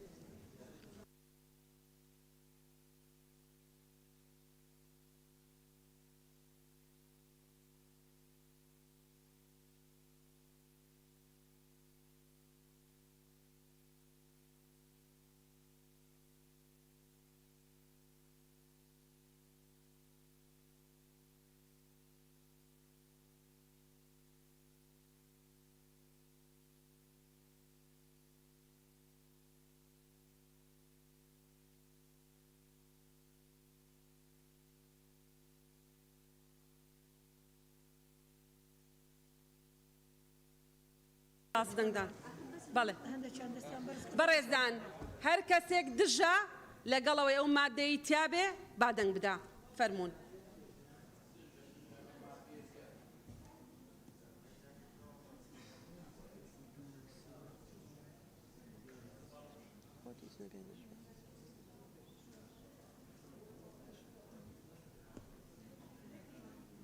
تازەتەوە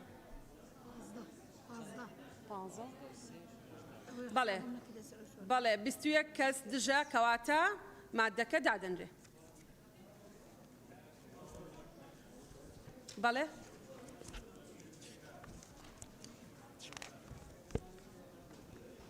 مادەی دوای ئەوە بەڕێز سەرۆکی پارلەمان سەبارەت بە مادەی 11 هیچ پێشنیارێک نییە وەک خۆی پێویستە لەسەر ئەنجومەنی وەزیران و وەزارەت و لایەنە پەیوەنددارەکان حکومەکانی ئەم یاسایە جێبەجێ بکەن.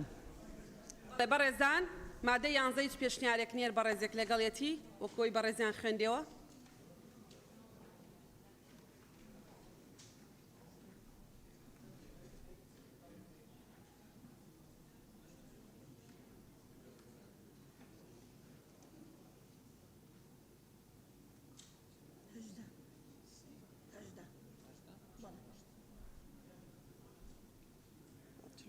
بەڵێ سپاس بەدەنگی چلۆشتە دابین پەرلەمان پەسەند کرا کێ دژە؟ تەواو بەڵێ یەک کەس دژە بەڵێ کاکزانە نقطەی نظامی بەڕێز سەرۆکی پەرلەمان هەر مادەکان زنجیرەیان دەگۆڕێ هەر بۆ ببینانەوە بێگومان مادە دەنگماندا بەوەی پێشتر دوای دەیگۆڕین. مادەی 12 برای سروکی پارلمان سبارت به ماده 12 هیچ پیشنیارێک نییە وەک خۆی وەزیر بووی هەیە ڕێنمایی بۆ ئاسان جێبەجێکردنی حکومەکانی ئەم یاسایە دەربکات. بەڕێزان ئەندامانی پەرلەمان هەر ئەندامێکی بەڕێزی پەرلەمان لەگەڵ ئەو مادەیە.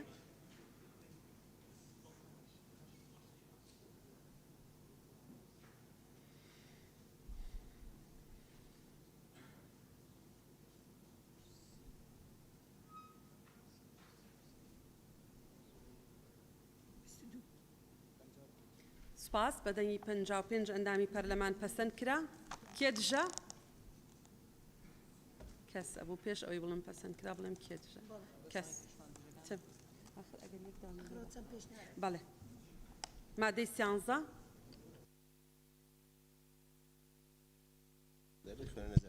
برای سروکی پارلمان سبارت به ماده 13 هیچ پیشنیارێک نییە وەک خۆی کار بە هیچ دقیقی یاسایی یا مڕیارێکی ناکۆک لەگەڵ حکومەکانی ئەم یاسایە ناکرێت. هەر ئەندامێکی بەڕێزی پەرلەمان لەگەڵەوەیە ئەو مادەیە بەو شێوەیە پەسەند کرێ با فەرمی دەست بەرزکاتەوە.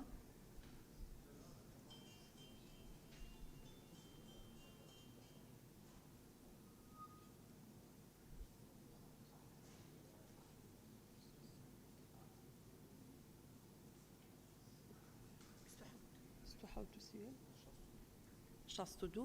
کێ دژە؟ دژی؟ تەمام. بەڵێ بەدەنگی 62 ئەندامی پەرلەمان پەسەند کرا. مادەی 14.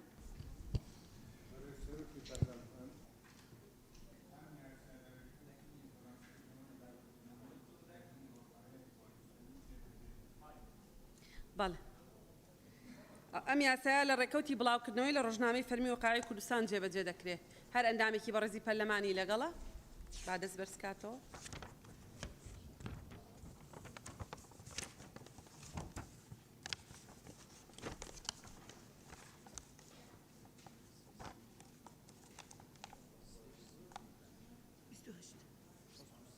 بەڵێ 63 ئەندامی پەرلەمان لەگەڵ ئەو مادەیە کێ دژە؟ پەسەند کرا. بەڵێ. هۆکارەکانی دەرچوون هۆیەکانی دەرچواندن.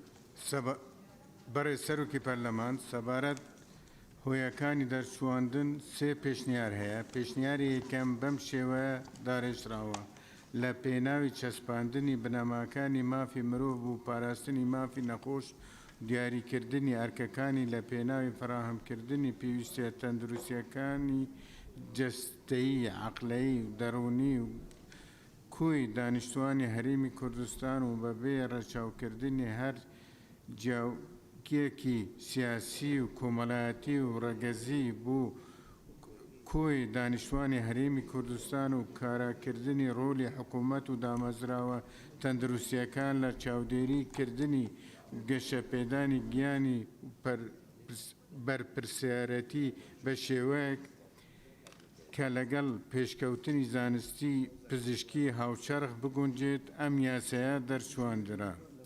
پێشنیازی دووەم بەم شێوەیە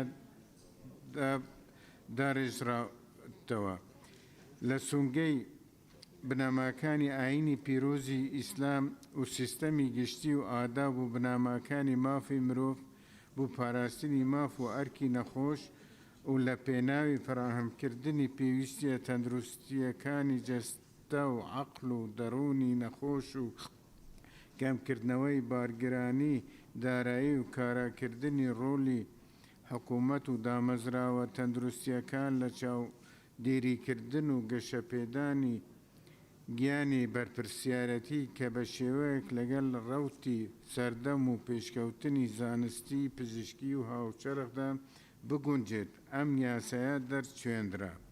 پێشنیازی سێم وەک خۆی لە سونگەی ڕێزکردن لە بنەماکانی مافی مرۆڤ بۆ پاراستنی مافی نەخۆش و دیاریکردنی ئەرکەکانی لە پێناوی فراهەمکردنی پێویستیە تەندروستیەکانی جەستە و عەقل و دەڕوونی تاک و کۆی دانیشتوانی هەرێمی کوردستان و کاراکردنی ڕۆلی حکوومەت و دامەزراوە تەندروستیەکان لە چاودێریکردن و گەشەپێدانی گیانی بەرپرسیارەتی کە بە شێوەیەک لەگەڵ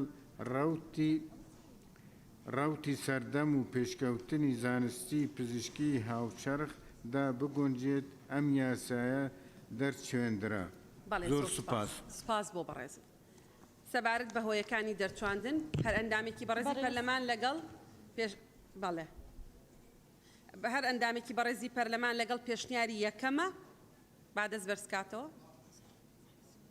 دوای وەری دەگرم دوایەوە هەر ئەندامێکی بەڕێزی پەرلەمان لەگەڵ پێشنیاری یەکەمە دوو کەس دوو ئەندام هەر ئەندامێکی بەڕێزی پەرلەمان لەگەڵ پێشنیاری دووەمە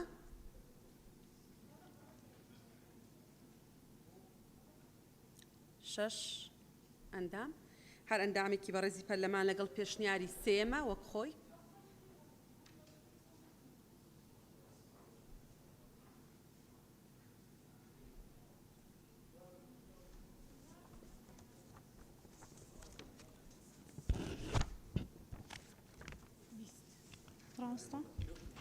بەڕێز سەرۆکی پەرلەمان چەند جار دەستم بڵێن دەرفەتی قسە نیە تا دەنگدان تەواوی آخر کە دەنگی شتدام مەجای قسە نابی دەرفەتە دەدەم دوایەوە بەڵێ زۆر سپاس بە دەنگی 53 ئەندامی پەرلەمان هۆیەکانی دەرچوان پەسەند کرا نقطەی نظامی حەسیبەخان بەڕێز سەرۆکی پەرلەمان هەرچەندە دەبوو پێش ئەوەی دەنگدان لەسەر ئەو هۆیەکانی دەرچواندن بدرێت تێبینیەکەی من وەربگرن بێگومان کاتێک کە هەواڵانی بەڕێز لە لیژنەی یاسایی پرۆژێکدا ئەڕێژنەوە دێنە ناو هۆڵی پەرلەمان تەواوی هەواڵان پێشنیارەکانیان دەدان و ئەو پێشنیارانەی کە پشتگیری زیاتر وەرەگرن ئاراستەیان دەکرێت بێگومان کاتێک ئەو پێشنیارە وەرەگرێت کە بەدیلێکی باشە بۆ ئەو شتێک کە لە ناو خودی یاساکەدا هەیە ئەگەر تەماشای هۆیەکانی دەرچواندن بکەین دەبینین هەم لە ڕووی داڕشتن هەم لە ڕووی ڕێزمانەوە و هەم لەگەڵ کۆکراوەی بابەتەکان کێماسی زۆری تێدایە هەرچەندە خستتانە دەنگدان و دەنگی هینا بەڵام بەداخەوە کۆمەڵێک هەڵەی زۆری تێدایە هەم لە ڕووی داڕشتنەوە هەم لە ڕووی ڕێزمانی سپاس بۆیە باشتوانین چاکیکەین بەڵێ زۆر سپاس بەڕێزان ئەندامانی پەرلەمان هەر ئەندامێکی بەڕێزی پەرلەمان لەگەڵ ئەوەیە کۆی یاساکە پەسەند بکرێ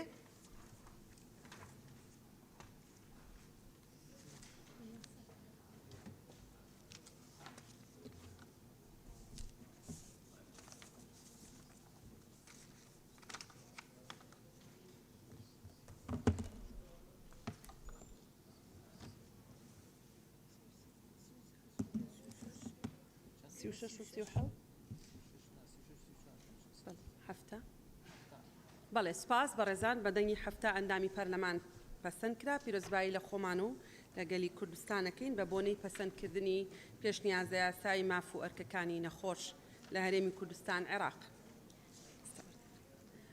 ئێستا سپاسی بەڕێزان سەرۆکایەتی لیژنەی تەندروستیەکەین دەتوانن چنەوە شوێنەکانی خۆیان بەڕێزان ئەندامانی لیژنەی یاسایی ئەگەر ئەیانەوێ ئەتوانن بێن سپاس بەڵێ فەرموو زۆر زۆر سپاس دەشتان ساغ لەش ساغ بێ بەخێر بێ کاکتۆر دەشتان ساغ نقطەی نظامی هەیە ئەگەر نقطەی نظامیە قسە بکە ئەگەر نا قسە نابێت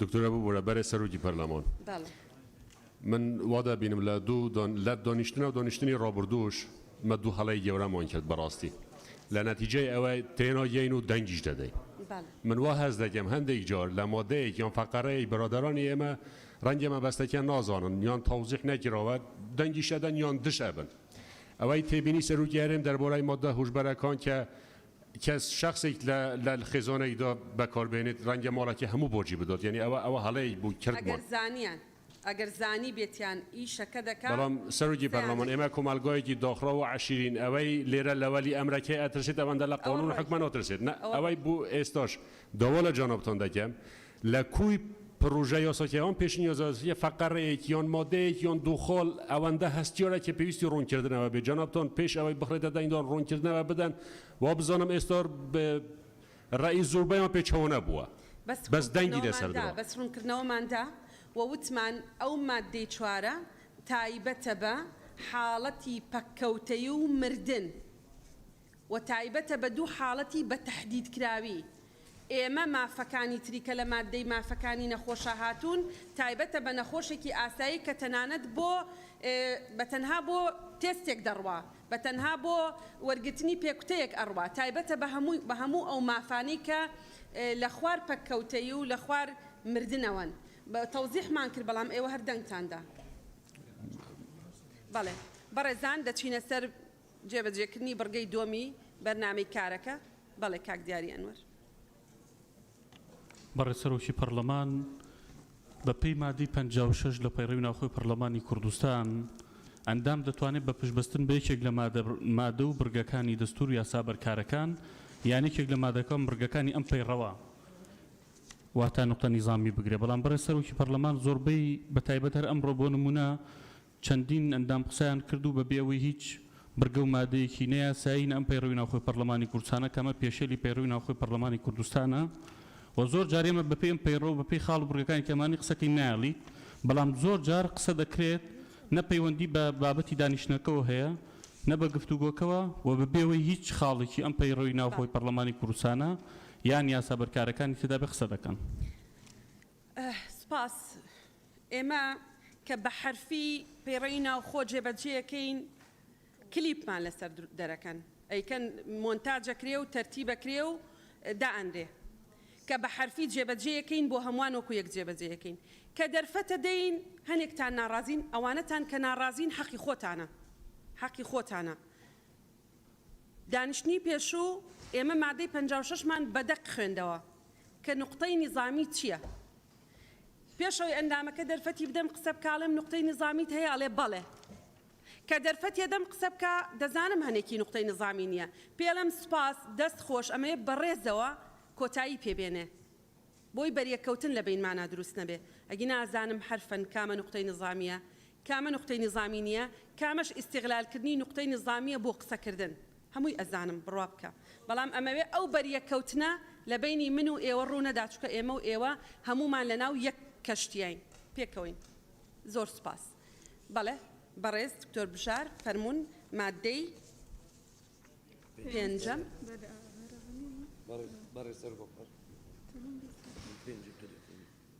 بەڕێز سەرۆکی پەرلەمان مادەی 5 یەکەم لژنەی لێکۆڵینەوەی ئەو ئەرکانە خوارەوە دەگرێتە ئەستوو یەک پێڕاگەاندنی ئەو کەسانە داواکراو لە ئەستوکردن لە ڕێگەی فەرمانگەکەیەوە بە شێوێکی نووسراو بۆ ئەوەی لە کات و شوێنی دیاریکراو ئامادە بێت دوو لێکۆڵینەوەی بە شێوەی نووسراو دەبێت و هەموو تەکانی کەسی داواکراو لە ئەستوکردن و گەهۆدارەکانی تومار دەکرێت لژنەی بووی هەیە گشت ئەو پەرا و بەلگەنامە و زانیاریانە ببینیت کە بۆی لێکۆڵینەوە پێویستیان دەزانیت سێ لە ڕێگەی کۆنووسەوە دیارکردنی لە ئەستوکار بەشداربووان لەگەڵیدا ئەو زیانانە ملک و ماڵی دەوڵەت کەوتووە بەهۆی زیانەکە بەو نرخە کە لە کاتی ئاراستەکردنی ڕاستپاردەی لژنە باوە بڕی پارە لە ئەستوکردن دووەم ئامادەنەبوونی کەسی داواکراو لە ئەستوکردنی سەرەڕای پێڕاگەاندنی ڕێگر نابێتن لە بەردەم ڕێکارەکانی لژنەی لێکۆڵینەوە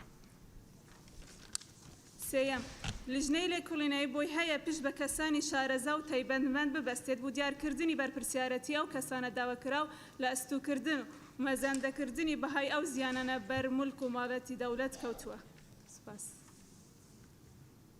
بەڵێ زۆر سپاس بەڕێزان ئەندامانی پەرلەمان هەر بەڕێزێک ئەوێت سەبارەت بە مادەی 5 قسە بکە فەرمێ دەست بەرز کاتەوە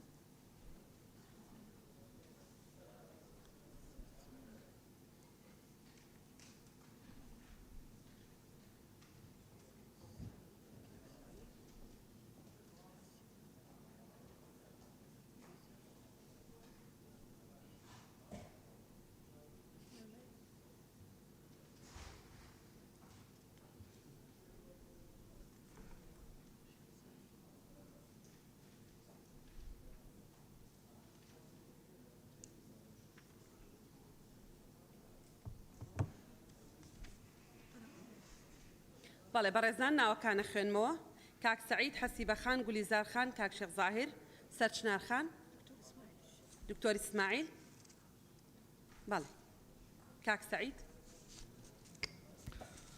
بەڕێز سەرۆکی پەرلەمان وەڵام من دەمەوێت بگەڕێمەوە بۆ مادەی 3 لە لیژنەی لێکۆڵینەوە حەقا ئاماژە بەوە بدرێتن کە نوێنەرێکی دەستەی دەستپاکی تێدا بێت لە لیژنەکەدا تێبینیەکی تر پێم وایە دەرێت لیژنەی لێکۆڵینەوە ئەو ئەرکانەی خوارەوە دەگرێت ئەستۆ یان باشتر وە ملزەمی بکەیت پێویستە ئەو ئەرکانە جێبەجێ بکاتن تێبینیەکی تر لەسەر مادەی 5 بڕگەی دووەم ناکرێتن بەبێ ئامادەبوونی تاوانبار ڕێکارە یاسایەکان بگرێتە بەر من پێم وایە پێویستە دەبێت بنووسیت لە ڕێگای دادگاوە دەبێت ئامادە بکرێتن بە پێی قانونی عقوباتی مادەی 238 زۆر سپاس بەڵێ سپاس بۆ حەسی بەخات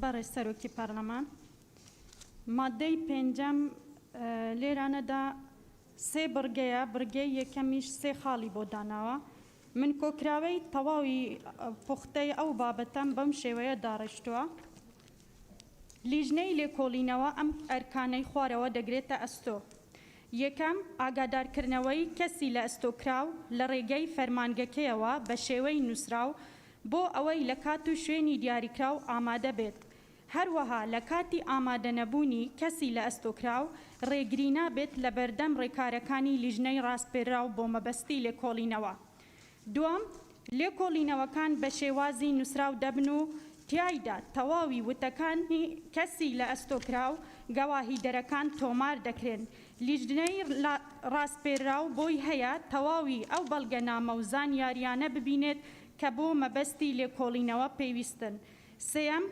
لیژنەی ڕاستپێراو لە ڕێگەی کۆنووسەوە بە سوودوەرگرتن لە کەسانی تایبەتمەند و شارەزایی مەزەندەی بەهای ئەو زیانانە دەکات کە لەلایەن کەسی لە ئەستۆکراو و بەشداربووان لەگەڵیدا بەرموڵک و ماڵی دەوڵەت کەوتون سپاس بەڵێ زۆر سپاس بۆ بەڕێزت دکتۆر اسماعیل بەڵێ ڕێزدارە سەرۆکە پەرلەمانی من چەند تێبینیەک سەروی مادەی هەبوون خاڵایەکێ پشتی پەیڤا نووسراو لە ڕێزە دوێدا ئەف جملە بێتە زیادکردن دوای کومکردنی بەلگە یعنی پشتی بەلگە بێنە کومکردن خاڵە دوێ وتەکانی فەرمانبەر نە کەسی دواکرا فەرمانبەری دواکرا جگای کەسی بیتن پیشنیارتیم خالک زیده ببیتن یعنی ببیته 1 2 3 4 یا 4 پیوسته لماوی سه مانک تواو بکرید یعنی سقفی زمانی بو تحقیق که دا بنرید نه مفتوح بیتن سه مانک بی 2 مانک بی 4 مانک بی بس مهم دیگه ماده یعنی سقف زمانی بو تواو بیتن دوام خالی دوام آماده نبونی کسی دواکرا بلا استو کردن سرارای پیراگیاندنی ریگر نابید لبردم ریکارکانی لجنه لیکولینوا پشتی بوجاری دوام دیتا آگاردار کرن نه بس یکم جار و رأسا غیابی تحقیق بکریتن سیام علت لجنه لیکولینوا بوی هیا پشت بکسانی شرازا و تایمند ببستید بو دیار کردنی بر پرسیاریتی اوی شارزا و خبیر نه تشخیصی مسئولیت دکن انما هاریکارن بو ریوبرنه او از بیجم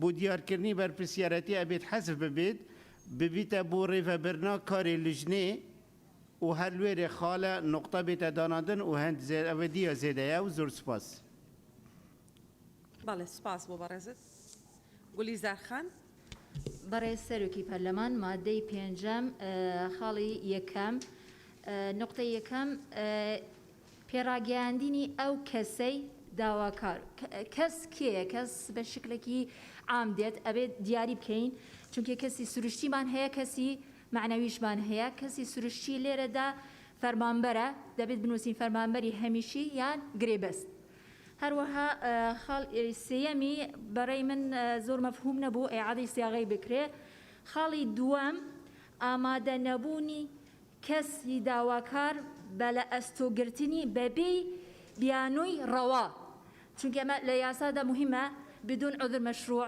ئەبێ دیاری بکەین ئەنجا ئەوەی دی تەکمیلەکەین هەرەوەنم هەیە سپاس زۆر سپاس کاک شێخ زاهر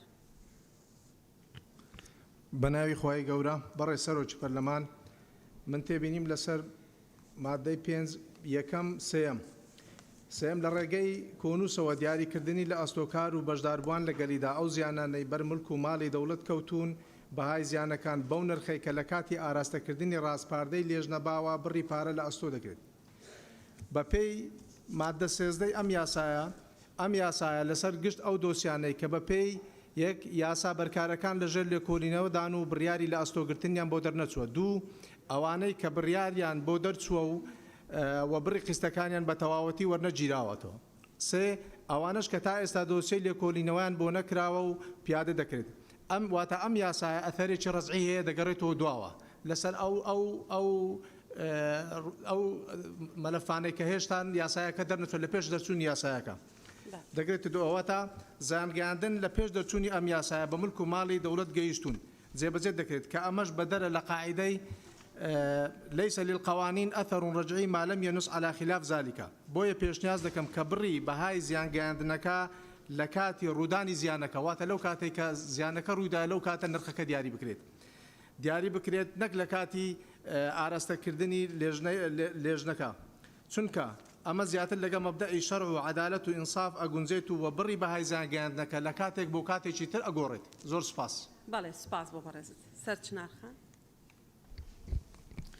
بەڕێز سەرۆکی پەرلەمان سەبارەت بە بڕگەی یەکەم ئەمەی بۆ زیاد بکرێت پێڕاگەیاندنی ئەو کەسەی داوا کراوە بە ئەستۆکردن لە ڕێگەی فەرمانگەکەیەوە بە شێوەی نووسرا بۆ ئەوەی لە کات و شوێنی دیاریکراودا ئامادە بێت دوای کۆکردنەوەی بەڵگە یعنی بەڵگە لە سەری کۆ بکرێتەوە اینجا ئامادەی بۆ بکرێت خاڵی دووەم بڕگەی سێهەم کە هاتووەڵە لیژنەی لێکۆڵینەوە بۆ هەیە پشت بە کەسانی شارەزا و تایبەتمەند ببەستێ بۆ دیاریکردن و بەرپرسیارەتی وشەی بەرپرسیارەتی بەڕای من کاری شارەزا نییە کاری خەبیر نییە خودی مۆزوعیان کاری لیژنەکە بەرپرسیارەتیە نەک ئەو لەسەر ئەساسی ئەو خەبیرەی کە دائەنێ ئەو شارەزایی کە دائەنرێت لەبەرەوە لا ببرێ ئاوای لێ بکرێت لیژنەی لێکۆڵینەوە بۆی هەیە پشت بە کەسانی شارەزا و تایبەتمەند ببەستێت بۆ دیاریکردن و مەزەنەکردنی بەهای ئەو زیانەی بەرمورق و ماڵی دەوڵەت دەکەوێت چونکە شارەزا مەزەندە ئەکات نەک ئەوەی کە بەرپرسیارەتی خودی بیرۆپرسیارە کاری لیژنەکەیە ئەم خاڵشی بۆ زیاد بکرێت چوارەم کارڕایی لیژنە بە پوچەڵ ینی باتڵدا دەندێت ئەگەر ئەنجام درا بەبێ ئاگایی نوێنەری دەستەی دەستپاکی باڵێ زۆر سپاس لیژنە تایبەتمەندەکان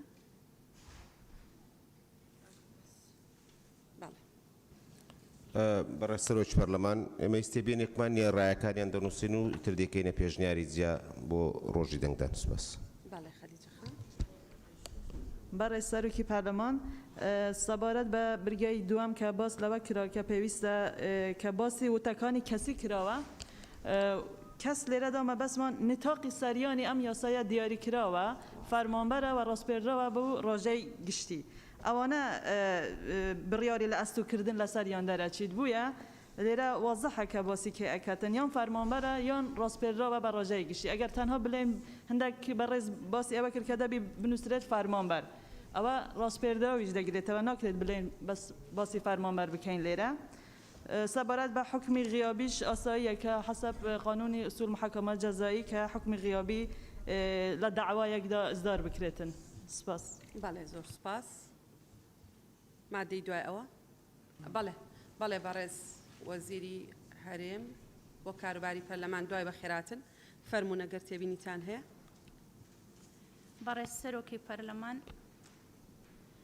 ئەوەی ئەمە پێداگیری لەسەر دەکەین ئەوەیە کە سێ مادە لە پرۆژە یاساکەی حکومەت کراوە بە یەک مادە لە راپۆرتی لیژنەی یاسایی ئەوەی لە پرۆژە یاساکەی حکومەت داهاتووە جیاوازی کردووە لە بینی ئەرکە شەکلیەکانی لیژنە و ئەرکە مۆزوعیەکانی لیژنە و حەقی لیژنە چونکە هەموو لیژنەیە کە پێک دێتن کۆمەڵێک واجباتی شەکلی هەیە کە لە نیزامی عامدایە بۆی نییە لەیلادا کۆمەڵێک واجباتی مۆزوعی هەیە دەبێ ئەنجامی بداتن و حەقیشی هەیە بە سێ مادەی جیاواز داماڕشتووە مادەی چوار لە پرۆژە یاساکەی حکومەت لە بڕگەی یەکەم دەڵێ لیژنەی لێکۆڵینەوە هەڵدەستێ بە پێڕاگەیاندن ئەوە ئیعلانەکەیە لە دووەم دەڵێ لە حاڵەتی پێڕاگەیاندنی ئەو کەسەی داوا کراوە بە لە ئەستۆگرتن لەبەر دیارینەمانی شوێنەکەی خطوەی دووەم دەگرێتە بەرکەکارەکەی چیە بە تەفسیل هەیە سێەم پێویستە لەسەر لیژنەی لێکۆڵینەوە ڕێکارەکانی خۆی بگرێتە بەر وێڕای ئامادەنەبوونی ئەو کەسەی کە هەیە یعنی لە ڕووی شکلیەوە بۆی داناوە چ دەکا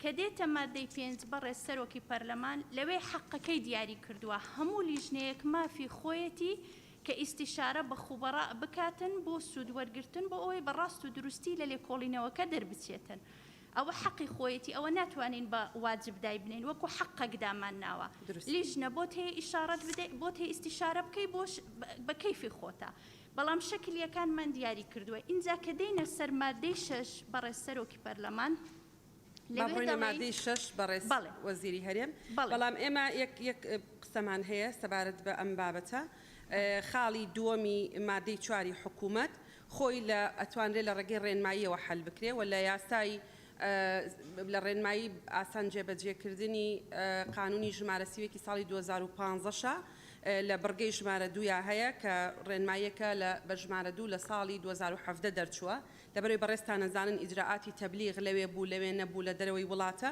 ئەو تەفاسیلانە دووبارەکردنەوەی لە هەموو قانونێکە ڕەنگە زۆر مەرغوب نەبێ بەڕێزی شتانێکێکن لەوانەی کە لەگەڵ ئەوە نین ئەوانەی کە ئەو مەبادیئانەی کە هەنین لە ئەو ئیجراعاتانی کە هەن ئەوەندە دووبارە بکرێنەوە گەل لە قانونی ترا هەبوون ڕەنگە بەشێکی کورتکردنەوەکە پەیوەندی بەوەوە هەبێ بەڵام بە دیاریکراوی سەبارەت ئەگەر بەڕێستان پێداگری لەسەر ئەوەی حکوومەت دەکەن بە دیاریکراوی ئێمە حەقا ینی پەرلەمان پرسیاری هەیە سەبارەت بەوەی کە عمدية يعني عمدية وعدم العمدية يعني بلي خطأ العمدي وغير العمدي أرزشي تشي لكاتيكا كترتيب نتيجة للسرنابة أما يقدو خطأي إرادي ولا إرادي أجر خطأي لا إرادي نابته هو اللي بابين تبرئة بني أو كسيك تضمينك بوتي وجودي هي وأجر الإصرار ذكريك بمينتوا أبي نتيجة لسر ترتيب به بدياري كراوي والله أو برسيارنا ما ندويس بەڕێز سەرۆکی پەرلەمان لە مادەی 6 باسی ئەرکە مۆزوعیەکانی لیژنەمان کردووە ئەرکی مۆزوعی لیژنە بەپێی یاسا بریتیە لە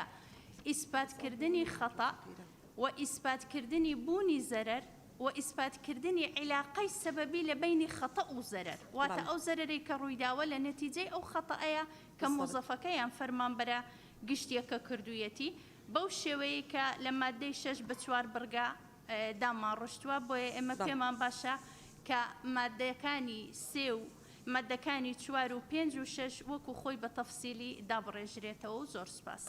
دەستان خۆش بێ بەڕێز وەزیری هەرێم بۆ کاروباری پەرلەمان خەتەئی لا ئیرادی بە نمونە فەرمانبەرێک سیارەکەی لە شوێنێکە ڕاگرتووە خۆی ڕەنگە چوو بێ لیژنەی مشتەرەیاتە لە شوێنێکا شت بکڕێ بۆ دائیرەکەی سیارەیەک خۆی پیاکێشێ ئەوە خەتەئی لا ئیرادیە نابێت تەزمین بکرێ مادەم باسی ویسترا و نەویسترا و دەکەین کەواتە بێ بڕگەیەکیش بۆ تەرتیبی نەتیجە ئیضافەکەین یعنی مەسەلەن فەرمانبەرێک هیچ تاوانێکی نییە بۆ نمونە ئێمە چەندین تەطبیقاتمان هەیە لە بۆ قانونی ژمارە سیوێکی ساڵی 2015 بە نمونە فەرمانبەرێکە هێنێتەوە کە چووە موچەی موئەسسەکەی خۆی وەرگێ لە ڕێگەی هاتنەوەی چەند ئیرهابیەک پەلاماریان داوە موچەکەیان لێ وەرگرتووە یەکەم جار تەزمین کراوە دواتر کە تەعنی داوە بە حکمی ئەوەی کە بەلا ئیرادی و لە دەرەوەی ئیرادی خۆی ئەمەی پێکراوە قەرارەکەی با بڵێین تەزمین هەڵوەشاوەتەوە لەبەرەوەی لا ئیرادیە ئەگەر وشەی ویسترا و نەویسترا و بمێنێتەوە لەناو ئەو مادانەی بەڕێستان ئاماژەتان پێدا دەبێت تەرتیبی نەتیجەکەشی بە مادەیەکی وازەح بە بڕگەیەکی وازەح لەناو یاساکەیە هەبێ بەم شێوەیە ئەگەر بۆ لیژنەکەیەک لا بۆ کە فەرمانبەری داواکرا و بە لە ئەستۆکردن لە دەرەوەی ویستی خۆی بۆتە هۆکاری زیانگەاندن بە مڵک و ماڵی دەوڵەت ڕاستپاردێ بە لە ئەستۆکردن ناکا لیژنەکە ڕاستپاردە بە لە ئەستۆکردن ناکا ئەگی نابوون و نەبوون وەکو یەکە بەڵێ فەرموو بەڕێز سەرۆکی پەرلەمان لە بڕگەی سێەم وازەحە خۆی ئیشی لیژنە چییە؟ ئیشی لیژنەی ئەوەیە کە ئیسپاتی بکاتن ئەو مۆزەفە خەتەئی کردووە و ئەو خەتەئە بۆتە هۆی ئەوەی کە زەرەری گەیاندووە ئینجا ئیشی لیژنە دوجار حەقی داوە بە مۆزەفەکە کە تەعن بداتن لە بڕیاری لیژنە لە بەردەم دادگای ئیداری دوجار کە دەچێتەوە بەردەم دادگای ئیداری یەکلا دەکاتەوە کە ئەو مۆزەفە تاوانی نەبووە لەبەر ئەوەی کارەکە بۆ شێوەیە ئەنجام دراوە بۆیە بابەتەکان هەمووی مادە لە دوای مادە لەنەو پرۆژەکەی حکوومەتدا هاتووە یعنی جوابێکیشە بۆ ئەو کێشانە و ئەو پرسیارانەیە کە بەڕێز سەرۆکی پەرلەمان وەرەوژاندی و زۆر سپاس. سپاس بۆ بەڕێزت. بەڵێ مادەی دوای ئەوە مادەی 6 دەسەڵاتی تایبەتمەند لەسەر بنەمای ڕاستپاردەکانی لیژنەی لێکۆڵینەوە بڕیاری لە ئەستۆکردنیان لە ئەستۆ نەکردن دەدات لە ماوەی 7 ڕۆژ لە ڕێککەوتی وەرگرتنی ڕاستپاردەکان. بەڵێ بەڕێزان لەسەر مادەی 6 هەر بەڕێزێک قسەی هەیە؟ بەڵێ کاک فەیسەڵ. بەڵێ کاک بەهجەت. بەڵێ فەرموو. بەڵێ کێتر ئێوێ قسە بکە؟ دکتۆر ئیسماعیلیش بنووسە؟ دکتۆر عوسمانیش بنووسە؟ بەڵێ کاک فەیسەڵ فەرموون. بەڕێز سەرۆکی پەرلەمان مادەی 6 تێبینی من ئەوەیە لیژنەی حکومەکە بڕیاری کۆتایی قەتعی نەدات بەڵکو ئەنجامەکەی تەحویلی محکەمەی ئیداری بکرێت بۆ جێبەجێکردنی عەدالەتی زیاتر. بەڵێ بەڵێ سوپاس زۆر سوپاس. کاک بەهجەت. بەڵێ زۆر سپاس بەڕێز سەرۆکە پەرلەمانی سەبارەت مادەی 6 دەسەڵاتی تایبەتمەند لەسەر بنەمای ڕاستپاردەکانی لیژنەی لێکۆڵینەوە بڕیاری لە ئەستۆکردن و یان لە ئەستۆکردن دەدات لە ماوەی 7 ڕۆژدا. پێشنیارت کە مادەم لیژنا لێکۆڵینەوە بەری ماوەی خۆ کوشایە لێکۆڵینەوە بکەتەوە ئەدلاب دەستخۆ بخیتن پێدویناکەتن یعنی دەسەڵاتە تایبەتمەند بۆ ئیمزاکردنەکانی ئەوە لە ئەستۆکردنە یان لە ئەستۆ نەکردنە 7 ڕۆژە منیت سەر هەندێکە بڕیارێ بدەتن پێدویە حقات یعنی ببیتە ماوەی 3 ڕۆژەدا باشترە بۆ هەندێک و دێشێت تەشخیص دەدن یا دیارە چ پێدویناکەتن تو 7 ڕۆژە ئینتیزارە هەندێک بکەیت کە بڕیارێکێت و ئیمزا بکەین. زۆر سپاس. سپاس بۆ بەڕێزت. دکتۆر عوسمان. بەڕێز سەرۆکی پەرلەمان قسەکانی من کرا و زۆر سپاس. سپاس بۆ بەڕێزت. کاک بەڵێن. بەڕێز سەرۆکی پەرلەمان ئەوەی کە لە مادەی 6 ئیشارەتی پێداوە دەسەڵاتی تایبەتمەند لەسەر بنەمای ڕاستپاردەکانی لیژنەی لێکۆڵینەوە بڕیاری لە ئەستۆکردنەکە دەرەکایە دەرناکە لە ڕاستیە ینی بۆ ئەوەی کە تا ئێستا هەیە محکەمەی ئیداری ئەو ینی ڕاستپاردەکانی لیژنەی لێکۆڵینەوە بۆچی لە وەزارەتەکە خۆی دەربچێت نەچێتە لایەنێکی تر یعنی بەتابەت کە محکەمەی ئیداری هەبێ بۆ ئەوە قەزایانە پێشنیازەکەم ینی دەسەڵاتی تا یا ڕوونکردنەوەیکی زیاتر بدەین لەسەر ئەمە تەوزیح بێ یا پێشنیازەکەم کە بچێتە محکەمەی ئیداری. زۆر سپاس. سپاس بۆ بەڕێزت. دکتۆر ئیسماعیل. بەڵێ بەڕێز سەرۆکە پەرلەمانی من سێ تێبینیە تاین ئێک ئەس بێژەم بریار نە دەسەڵاتی تایبەتمەند دێدەت دەسەڵاتە تایبەتمەند دێ تصديق كات تصديق توصيات لجنة أن تصديق ناكت أو تصديق نابج نوي بريار بس أنت كردنا وان توصيات شوفوا توصيات شقيبل اللجنة بتعطينا دانادن كا أستو دقريت يان أستو نادقريت أو بس مصادقة كردنا عليهم بس أنت كردني توصياتي لجنة ما يكم دوام باقات حاول تروش بدينا چونكه دەسەڵاتە تایبەتمەند پێویستی کاتیە بخوێنیت بە تەڕەوی بە عمق یعنی ئەوەندە ئاسان نییە ئەمە بڵێت بەڵێ ئەمە یعنی تەزمین دەکرێت ئەن تەزمین نادەکرێتن. ئەمن ئەڵێم 7 ڕۆژ تەواو بوو ببینیشە لەبەرەوە بژین لە ماوەی 7 ڕۆژ پاش لە ڕێکەوتنی وەرگرتن تا 7 ڕۆژ تەواو ببن بۆ ئەو ڕۆژی ئیستیلام تەسلیمکردن مەحسوب نەبێت لەسەر. تێبینی سێم پرسیارێکە بۆ لیژنەی قانونی ئەگەر لە ماوەی 7 ڕۆژ بریار نەدا تەصدیق نەکرد چارەی ئەم دووسەیە چییە؟ ئەوە بە جواب دەنە یعنی بێت لەو هەفتەیە نەدا بۆ هەیڤێک چارەی ئەم دووسەیە چییە؟ زۆر سپاس. سەبارەت بەوەی کە ڕاستپاردەی لیژنە بدرێ بە قەزای ئیداری لە ڕاستیە قەزای ئیداری ئەوە ئیشەکەی نییە. قەزای ئیداری ئیشەکەی ئەوەیە کە ئەگەر مۆزەفێک هەستی کرد کە ئەو بڕیاری بۆی دراوە لەلایەن دەسەڵاتی تایبەتمەندەوە زوڵمی لێکراوە لە دوایەوەی تەزاڵومەکە بە گوێرەی قانونی ئەنجومەنی شورا دەچێت ئەگەر مودەی تەزەڵوم مودەی هەیە مودەکە تەواوە بێ 15 ڕۆژەکە موەسسەسەکە بۆ نمونە ئەڵێ ئێمە پەشیمان بووینەوە ئەڵێ ئەمە لە حاڵاتی ترا مەسەرەن تەزەڵومەکە وەردەگرێ ئەمە شتێکە ئەگەر وەری نەگرت دوای 15 ڕۆژەکە وەڵامی دایەوە بە نەخێر یا وەڵامی نەداوە اینجا ئیحالا بێ بۆ قەزای ئیداری ئەمە یەک دوو ئێمە لە سەرەتای مناقەشەکردنی ئەم بابەتە وتمان لەبەر گرنگی ماڵی گشتی لەبەر خێراکردنی گێڕانەوەی ماڵی گشتی و زیانەکانی کە بەر ماڵ و مڵکی گشتیەکەون ئەو لیژنەیە لە دوای تەصدیقی دەسەڵاتی تایبەتمەند ویلایە قەزای مەدەنی وەرەگرێ ئەمە جۆرێکە لە جۆرەکانی مەسئولیەی تەقسیری ئێمە ناتوانین پێش ئەوەی کە لێرە بڕیاری بۆ بدرێ بە هیچ شێوەیەک بیبینە بەردەمی محکەمەی ئیداری بەڵام ئەو مۆزەفەی کە هەستەکە زوڵمی لێکراوە لە دوای پێشکەشکردنی تەزەڵوم بە موەسسەسەکەی خۆی بێگومان ئەتوانێت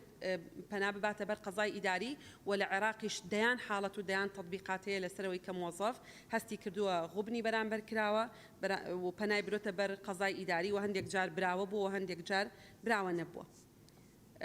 لیژنەی قانونی سەبارەت بە پرسیارەکەی دکتۆر ئیسماعیل کە ئەڵێ ئەگەر لە ماوەی 7 ڕۆژەکە کە دانراوە دەسەڵاتی تایبەتمەند ڕاستپاردەکانی لیژنەی لێکۆڵینەوەی پەسەند نەکرد. بەڕێز سەرۆکی پەرلەمان دەسەڵات تایبەتمەند مەسەرەن لە وەزارەتێک وەزیرە کە لیژنێکی لێکۆڵینەوە دیاری دەکا و لیژنێ لێکۆڵینەوەیە لێکۆڵینەوەی خۆی تەواو دەکا و ئەو ڕاستپاردانەی هەیەی لەسەر ئەو کاری کە ئەم فەرمانبەرە ئەنجامی داوە پێشکەشی وەزیری دەکا بێگومان هەم دەبێت لە ماوەی 7 ڕۆژە ئەمە یاسایە و دەقە دەبێت وەزیر ملتەزیم بێ بەوەی لە ماوەی 7 ڕۆژە بڕیارەکە دەربکایەوە مەسئولیەتە لەسەر وەزیر بەسەرەنیان ئەو وەزارەتانەی کە نەبەستراوە بە ئەنجومەنی وەزیرانەوە کەس یەکەم بۆیە دەبێت ینی جێبەجێ نەکردنی یاسایە و کاتە. بەڵێ سوپاس. بەڕێز وەزیری هەرێم قسەتانە بوو؟ بەڵێ مادەی دوایەوە مادەی حوتەم بەڕێز سەرۆکی پەرلەمان مادەی حوتەم بڕی پارەی لە ئەستۆکرا و بە یەک جار وەردەگیرێت و دەسەڵاتی تایبەتمەند دەتوانێت بیکاتە قیست بۆ ماوەیەک لە 5 ساڵ زیاتر نەبێت بەرامبەر بە دەستەبەرێکی کەسی گەرنتیکار یان خانوبەرەی. لەم بارەشدا نیشانەی گلدانەوە بە حکمی ڕەهن لەسەر خانوبەرەکە لە فەربانگەی تۆمارکردنی خانوبەرەی تایبەتمەند دادەندرێت. بەڵێ بەڕێزان کێ قسەی هەیە؟ بەڵێ کاک سەروان بنووسە، سارا خان بنووسە، کاک شێخ زاهیر بنووسە، کاکێرش و دکتۆر عوسمان. بەڵێ دکتۆر عوسمان. کاک سەروان فەرموون. بە ناوی خودای گەورە و میهرەبان بەڕێز سەرۆکی پەرلەمان لە سەبارەت بە مادەی 7 بڕی پارەی لە ئەستۆکرا و بە یەکجاری ینی دەسەڵاتی تایبەتمەند دەتوانێت بیکاتە قیست یعنی ئەگەر دانەوەی پارەی دزرا و یان بردرا و بە قست بدرێتەوە ئێمە کۆمەلگا بەرەو ئەوە دەبێن کە هەموو خەڵک ببێت بە دز چونکە دەبێتە باشترین کار تۆ پارەیەک بڕێ پارەیەکی زۆر ببەی لە حکوومەت دواتریش بە قست بیگەڕێنیتەوە ئەوە بەڕاستی وشەی قست باتێدا نەبێت پارەی بردراویان دزراو بۆ بە قیست بدرێتەوە بۆ بە یەکجاری نەدرێتەوە بە یەک ئەوەی بەڕاستی لەگەڵ لابردنی وشەی قیستم چونکە بۆ وابێت بۆ ئەوەی کە دزی لە حکوومەت دەکات پارە بە قست بگەڕێنەوە بۆ حکوومەت هەڵەیەکە بەڕاستی زۆر سپاس. کاک سەروان ئەمە بۆ مەسائلی دزی نییە کە دزی تێبکەوێت دەبێتە مەسئلەیەکی جەزایی و اختیلاس فەرقی هەیە حاڵەتەکە جیاوازە ئەمە بۆ حاڵەتی ئیهمالیە ینی پشتگوێ خستنە کەم تەرخەمیە هەڵەیەکە لەگەڵ مخالەفەکردنی جێبەجێکردنی یاسا و بڕیار و ڕێنماییەکان ئەوە ئەچێتە بابێکی تر کە بابی جەزائیە. بەڵێ زۆر سوپاس بۆ جەنابەت. سارە خان. بەڕێز سەرۆکی پەرلەمان لە مادەی 7 تێبینیەکمەیە پێش بڕی پارەی لە ئەستۆکرا و بە یەکجاری وەردەگیرێت و دەسەڵاتی تایبەتمەند دەتوانێت بیکاتە قست بۆ ماوەیەک لە 5 ساڵ زیاتر نەبێت پێشنیار دەکەم ئەو ماوەیە ئەو 5 ساڵە لە مادەکە لا بدرێت چونکە دەبێت هۆی بارگرانی لەسەر فرمانبەر ئەگەر هاتوو بڕی پارەکە زۆر بێت بە پاڵپش بە ئەحکامی مادەی 82 لە بڕگەی یەکەمی قانونی تەنفیز داهاتووە نابێت زیاتر لە یەک لەسەر 5 موچەی فرمانبەران حەجز بکرێت و سەبارەت بە هەر هەمان مادە بەرامبەر بەدەستەبەرێکی کەسی گەرنتیکار یان خانوبەرەیی لەم بارەزدا نیشانەی گڵدانەوە بە حکمی ڕەهن لەسەر خانوبەرەکە لە فەرمانگەی تۆمارکردنی خانوبەرە تایبەتمەند دادەنرێت.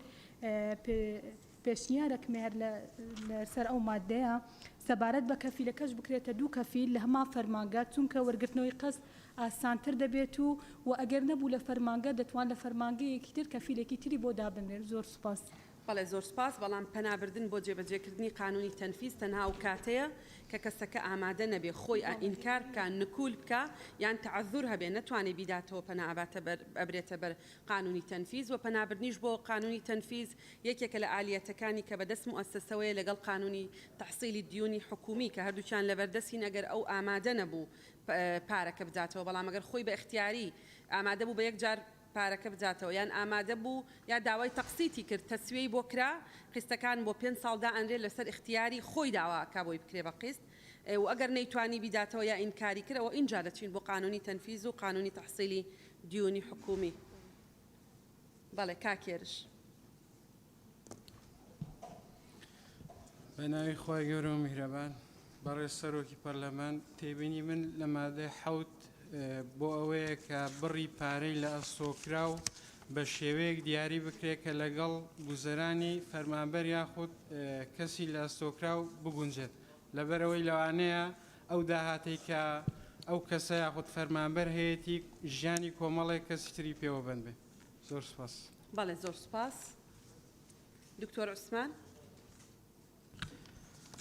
بە ناوی خوای بەخشندەی میهرەبان، بەڕێز سەرۆکی پەرلەمان، سەبارەت بە مادەی 7 من پێشنیار دەکەم دەربارەی ئەم هەموو قەیرانەی کە ڕوو لە کوردستان کردو بەداخەوە، قەیرانە داراییانە دەڵێم نەبوونی موچە و لە کاتی خۆی کە نایە، بۆی بتوانین متمانەیەکی مسۆگەریش بگێڕنەوە بۆ ئەم هاوڵاتیانە کە ئێمەی پەرلەمانتەران نوێنەری هاوڵاتیانین، بکرێتە بڕی پارەی لە ئەستۆکراو بە یەک جار وەردەگیرێتەوە یان ڕاستەوە خۆ لە بڕی موچەی بەناو پاشەکەوت کراو دێتە خوارێ. یعنی ئەوەش زمانێک دانە بۆ پارە کە لەکن حکوومەت هەیە و زۆر سپاسان دەکەم. سپاس. مادەی 8. بەڵێ مادەی 8 یەکەم یەک لە حزاب زام بیرم چۆ. بەڵێ بەڵێ فەرموو ببوورە دوای بەڕێزیان. بەڕێز سەرۆکی پەرلەمان، تێبینی من لەسەر مادەی 7 مادەی 7 بڕی پارەی لە ئەستۆکراو بە یەکجاری وەردەگیرێت و دەسەڵاتی تایبەتمەند دەتوانێت بیکاتە قیست بۆ ماوەیە کە لە 5 ساڵ زیاتر نەبێت بەرامبەر بە دەستەبەرێکی کەسی گەرنتیکار یاخود خانوبەرەی.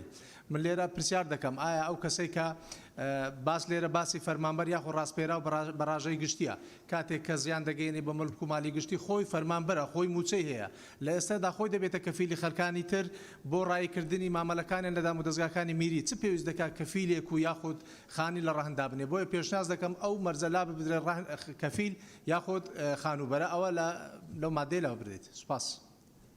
بەڵێ بەڵام ئەو بۆ یەکرێتە قیست و ئەقساتی لە ئامێنێ بۆی بیداتەوە نابێت ڕەهنێک یاک ئەسڵ لە مادەکەیە، ئەسڵ لە حکومەکە ئەوەیە بێ بە یەک جار زەرەکە ببژێرێ کە بۆ یەکرێ بە قیست ئەوە تەسویە دەکرێ و تەسهیلی بۆ ئەکرێ، ئاسانکاری بۆ ئەکرێ. بۆ زمانی حەقی دەوڵەت غێرە بێ کەفالەت موچەخۆرە با لە ڕاتبەکەی ببڕێ. موچەکەی کێ دەڵێ بەشی ئەوواکە یەک لەسەر 5 موچەکەی توانی ببڕی بە گوێرەی قانونی تەنفیز ڕەنگە زۆر کەمتر بێت لەو بڕی کە زەرری داوە. لەبەرەوە بێ بتانی پەنا ببەی بۆ جێبەجێکردنی قانونی وەرگرتنەوەی قەرزەکانی دەوڵەت و بتانی پەنا ببەی بۆ قانونی تەنفیز، بۆیە ئەوە دانراوە. بەڵێ کاگاوەس فەرموو.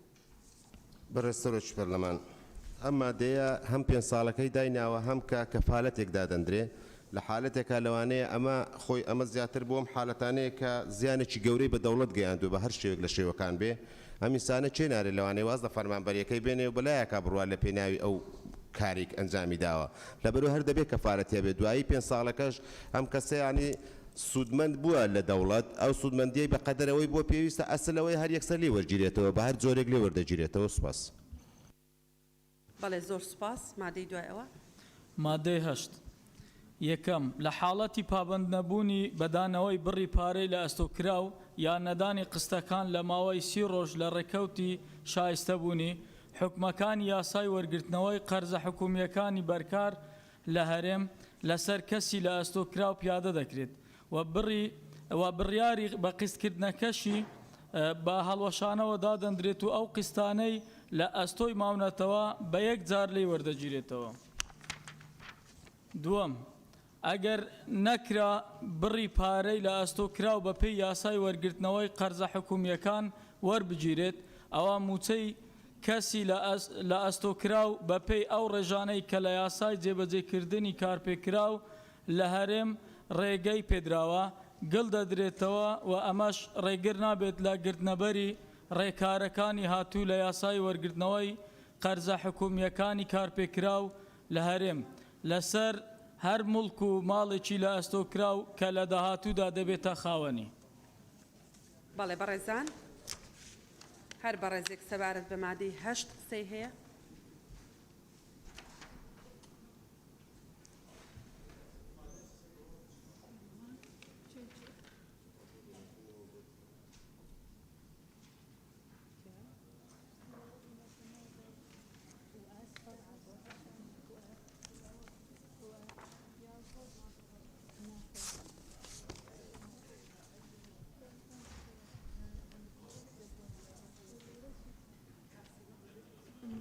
بەڵێ.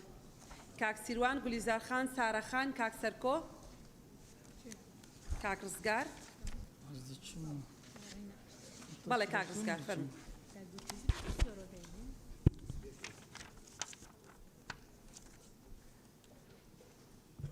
بەڕێز هەرێکی پەرلەمانی کوردستان ڕزگار محەممەد نەگڕێی مادەی 8 بڕگەی 1 لە حاڵەتی پابەندنەبوون بە دانەوەی بڕی پارەی لە ئەستۆکراو یان نەدانی قیستەکان لە ماوەی 30 ڕۆژ. ئایا ئەو کەسە دیاری نەکراوە، ینی ئەکرێت وای لێ بکرێت لە حاڵەتی پابەندنەبوونی فەرمانبەران، ینی فەرمانبەری تیان نییە نازانینەوە چیەوە حکومەکانی یاسای وەرگرتنەوەی قەرزە حکومەکانی بەرکار لە هەرێم لەسەر کەسی لە ئەستۆکرا و پیادە دەکرێت و بە بڕیاری بە قیسکردنەکەش بە هەڵوەشاوە دادەنرێت ئەو قیستانەی لە ئەستۆی ماوەتەوە بە یەکجاری لێ وەردەگرێتەوە. ئایا ئێستاکە بەم حاڵەوە کە ئێستا فەرمانبەران ئەوە حاڵی موچەکەیانە، یعنی ئایا ئەتوانێت ئێستا بەم حاڵەوە فەرمانبەران قیس بدات و هەتا کۆی موچەکە ئەو قیسەشی لایە لێ وەرگێتەوە، یعنی ئەکرێت بکرێتە ئەوەی یعنی وای لێ بکرێت کەوا کۆی موچەی ڕاستەقینە، یعنی لەو کاتەکە کۆی موچەی ڕاستەقینەی هەبوو ئەو کاتە بتوانێت قیست بە و یا ئەو قیستانی لە سەرێتی پابند نەبوو بەدانەوەی ئەو کاتە لێ وەرگیرێتەوە. سپاس.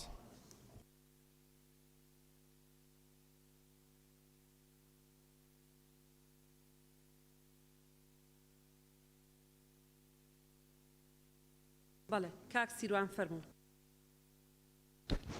بەناوی خوا. بەڕێز سەرۆکی پەرلەمان، مادەی 8 دووهەم بڕگەی کۆتایی کە ئەڵێ کاتی قەرەبووکردنەوە ئەمەش ڕێگر نابێت لە گرتنەبری ڕێکارەکانی هاتووە لە یاسای وەرگرتنەوەی قەرزی حکومی و کارپێکراو لە هەرێم لەسەر هەر مڵک و ماڵێکی لە ئەستۆکراو کە لە داهاتووشدا ئەبێ بە خاوەنی. من پێم وایە قەرەبووکردنەوەی هەموو قەرزێک واجبە لەسەر هەر کەسێک بێت، بەڵام من پێم وایە ئەگەر ئەو مڵکە یان ئەو ماڵە جێنیشتە جێبوو خۆی بێت و مناڵەکانی تیا بێت، ئەوە ناکرێوەکو قەرز بە بارمتەوە بگیرێت لە بەرەوەی ماڵ مناڵەکەی بچێتە چۆ بە زیادکردنی یەک بڕگە ئەگەر ئەو مڵک و ماڵە جێنیشتە جێبووی خۆی بوو دەستکاری نەکرێت، ئەگەر زیادە بوو یاوێتی بکرێ یان بۆ فرۆشتنی دانەوە ئەو کاتە. زۆر سپاس. ئەوە لە قەواعیدی عامەیە، خانووی نیشتە جێبوون بۆ بەکار ناهێنرێ بۆ وەرگرتنەوەی دەینی حکومی خۆی هەیە، یعنی پێویست ناکە ئێمە لێرەی دانێ سەوابتە. بەڵێ سپاس. گولیزارخان. بەڕێز سەرۆکی پەرلەمان مادەی 8 برگەی دووەم زۆر وازح نییە لای من، حەزەکەم لیژنە یاسایی بۆن ڕوونکردنەوە تۆ تەوزیحی بدەن. سپاس. بەڵێ سپاس بۆ بەڕێزە. کاک سەرکۆ. کاک سەرکۆ. بەڕێز سەرۆکی پەرلەمان مادەی 8 یەکەم لە حاڵەتی پابەندنەبوونی بەدانەوەی بڕی پارەی لە ئەستۆکراویان نەدانی قیسەکان لە ماوەی 30 ڕۆژ لە ڕێکەوتی شایستەبوونی حکومەکانی یاسای وەرگرتنەوەی قەرزی حکومیەکانی بەرکار لە هەرێم لەسەر کەسی ئەستۆکراو پیادە دەکرێت و بڕیاری بە قیسکردنەکەش بە هەڵوەشاوە دادانرێ ئەو قیسانە لە ئەستوی ماونەتەوە بە یەکجاری لێ وەردەگیرێتەوە بە بڕای من ئەم یاسایە بۆ چارەسەرکردنە بۆ چارەسەرکردنی کۆمەڵی کێشە و گیر و گرفتێکە لە کۆمەلگای ئێمە هەیە و یاسای بوونیە لە ڕووی تەشریعیەوە و دەزانین کە هەرێمی کوردستان بە قەیران ئادەڕوا لە ڕوویەوەی کە نازانی مانگی ئایندە ساڵی ئایندە موچەیان ئەو کەسەی کە لەم کێشانە بە تایبەتی فەرمانبەران چەندێک موچە وەرەگرن کەی موچە وەرەگرن کەی پارە دێتە لایەن بە بڕای من بۆ ماوەی ئەو 30 ڕۆژە بکرێت بە 6 ڕۆژ زۆر باشە وە کاک هاوڕێ کاک شەمولیش پشتیوانی قسەکان بکەن بەڵام نایان نەنووسیوە ئەوە نابێت چۆنە بێت بەڵێ سارەخان بەڕێز سەرۆکی پەرلەمان لە مادەی 8 بڕگەی یەکەم لە حالەتی پابەت نەبوونی بەدانەوەی بڕی پارەی لە ئەستۆکراو یان نەدانی قستەکەی لە ماوەی 30 ڕۆژ لە ڕێکەوتی شایستە بوونی من پێشنیار دەکەم ئەو 30 ڕۆژە بکرێتە 10 ڕۆژ لەبەرەوەی قەرزەکە لەسەر ئەستۆکراو یان لە فەرمانبەر تەراکم دەکات تەنها و تێبینێمەیە زۆر سپاس بەڵێ زۆر سپاس لیژنەی تایبەتمەند داینە بەڕێز سەرۆکی پەرلەمان جارێ ئەم بابەتە بۆی نەبێتە بابەتێکەوەی کە فەرمانبەر موچەی وەرناگرێ و یا موچەی وەردەگرێ چۆن ئەو پارەی لێ بسێندرێتەوە ئەوە کەسێکە گەندەڵی کردووە ئەگەریەوە لەگەرەوە نین یعنی کەسێکە گەندەڵی کردووە مڵکی دەوڵەتی بە خەسارەدا و مڵکی دەوڵەتی بەزایەدا و مڵکی دەوڵەتی داگیر کردووە ئەمە پێویستە ئەمەی کە داگیری کردووە و لە باغەری ناوە بەخری لێ سێنینەوە ئەمە خۆی بابەتەکە بە مختصری ئەمە بۆی کە ئەمەشیان بە زۆرشتر لێ نەدرێتەوە برێن موچە وەرناگیرێ لەسەر ئەمەی کە تێی نەگەیشتون لەسەر بڕگەی دومیان لە بڕگەی پارەسوور بە پێی یاساوەکردنەوە قەرزەکان ئەگەر ئەو یسانە نەیتوانی ئەمە جێبەجێکاوە یاسای جێبەجێکردن و تەنفیزی لەسەر جێبەجێ دەکرێت ئەو ڕێساوی یاسای هەیە لەسەر موچەکەی ئەو بڕێ بۆی دیاری دەکرێت هەم بۆ ژیانی مناڵەکانی بۆ شوێنی نیشتە جێبوونی و ئەو بڕێ زیادە بێ پێویستە دەوڵەت قەرزەکەی لێوەرگرێتەوە سوپاس بەڵێ زۆر سپاس ئەمە ئەو بۆ ئەو فەرمانبەرەیە کە هەڵەی کردووە کە بووە تەمایی بە هەدەردانی موڵکی دەوڵەت کەسێکە ینی ڕەنگە بە نوکە قەڵەمێک لە شوێنێکا نووسیبێتی ئەم شتە ئەم مەوادە ئەوەنە تەن نییە ئەوەنە تەنە دنیایەک پارە لە دەستچوو بێ ئەمە پاڕانهۆ نییە بۆ مۆزەفێک کە هیچی نەکرد بێ بچی پارەی لێوەگری ئەمە کەسێکە ئەبێ ئیحالەی مەحکەمەی کەی لە ئەسڵا بەڵام لەبەرەوەی پەلەتە لە وەرگرت لە گێڕانەوەی ئەو زەرەرەی داوێتی لە جایەتی قەزای مەدەنی لیژنەیەکی بۆ دروستەکەی ئیشەکە بکە ینی ئەمە ئیشی مەحکەمە ئەکە ئەم لیژنەیە بەڕێزان بێگومان مادەی نۆ بەڕێز سەرۆکی پەرلەمان مادەی نۆ یەکەم کۆتای هاتنی بە گواستنەوەی ڕەژە فەرمانبەر یان ئەرکی کەسی ڕاستپەردراوە بە ڕێژەی گشتی بە هەر هوکارێک ڕێگەر نابێت لە گرتنەبەری ڕێشوێنی لە ئەستوکردنی بە پێ حکومەکانی ئەم یاسا دووەم لە حالاتی مردنی لە ئەستوکراوە بڕێی پارە لە ئەستوکردن دەگوزرێتە بۆ میراتەکەی زۆر سپاس لەسەر مادەی نۆ کێ قسەی هەیە سەرچنار خان کاک ئومێد و سارا خان شین خان کاک فەیسەڵ مەلا ناسر وڵات جۆن سێریان کاوی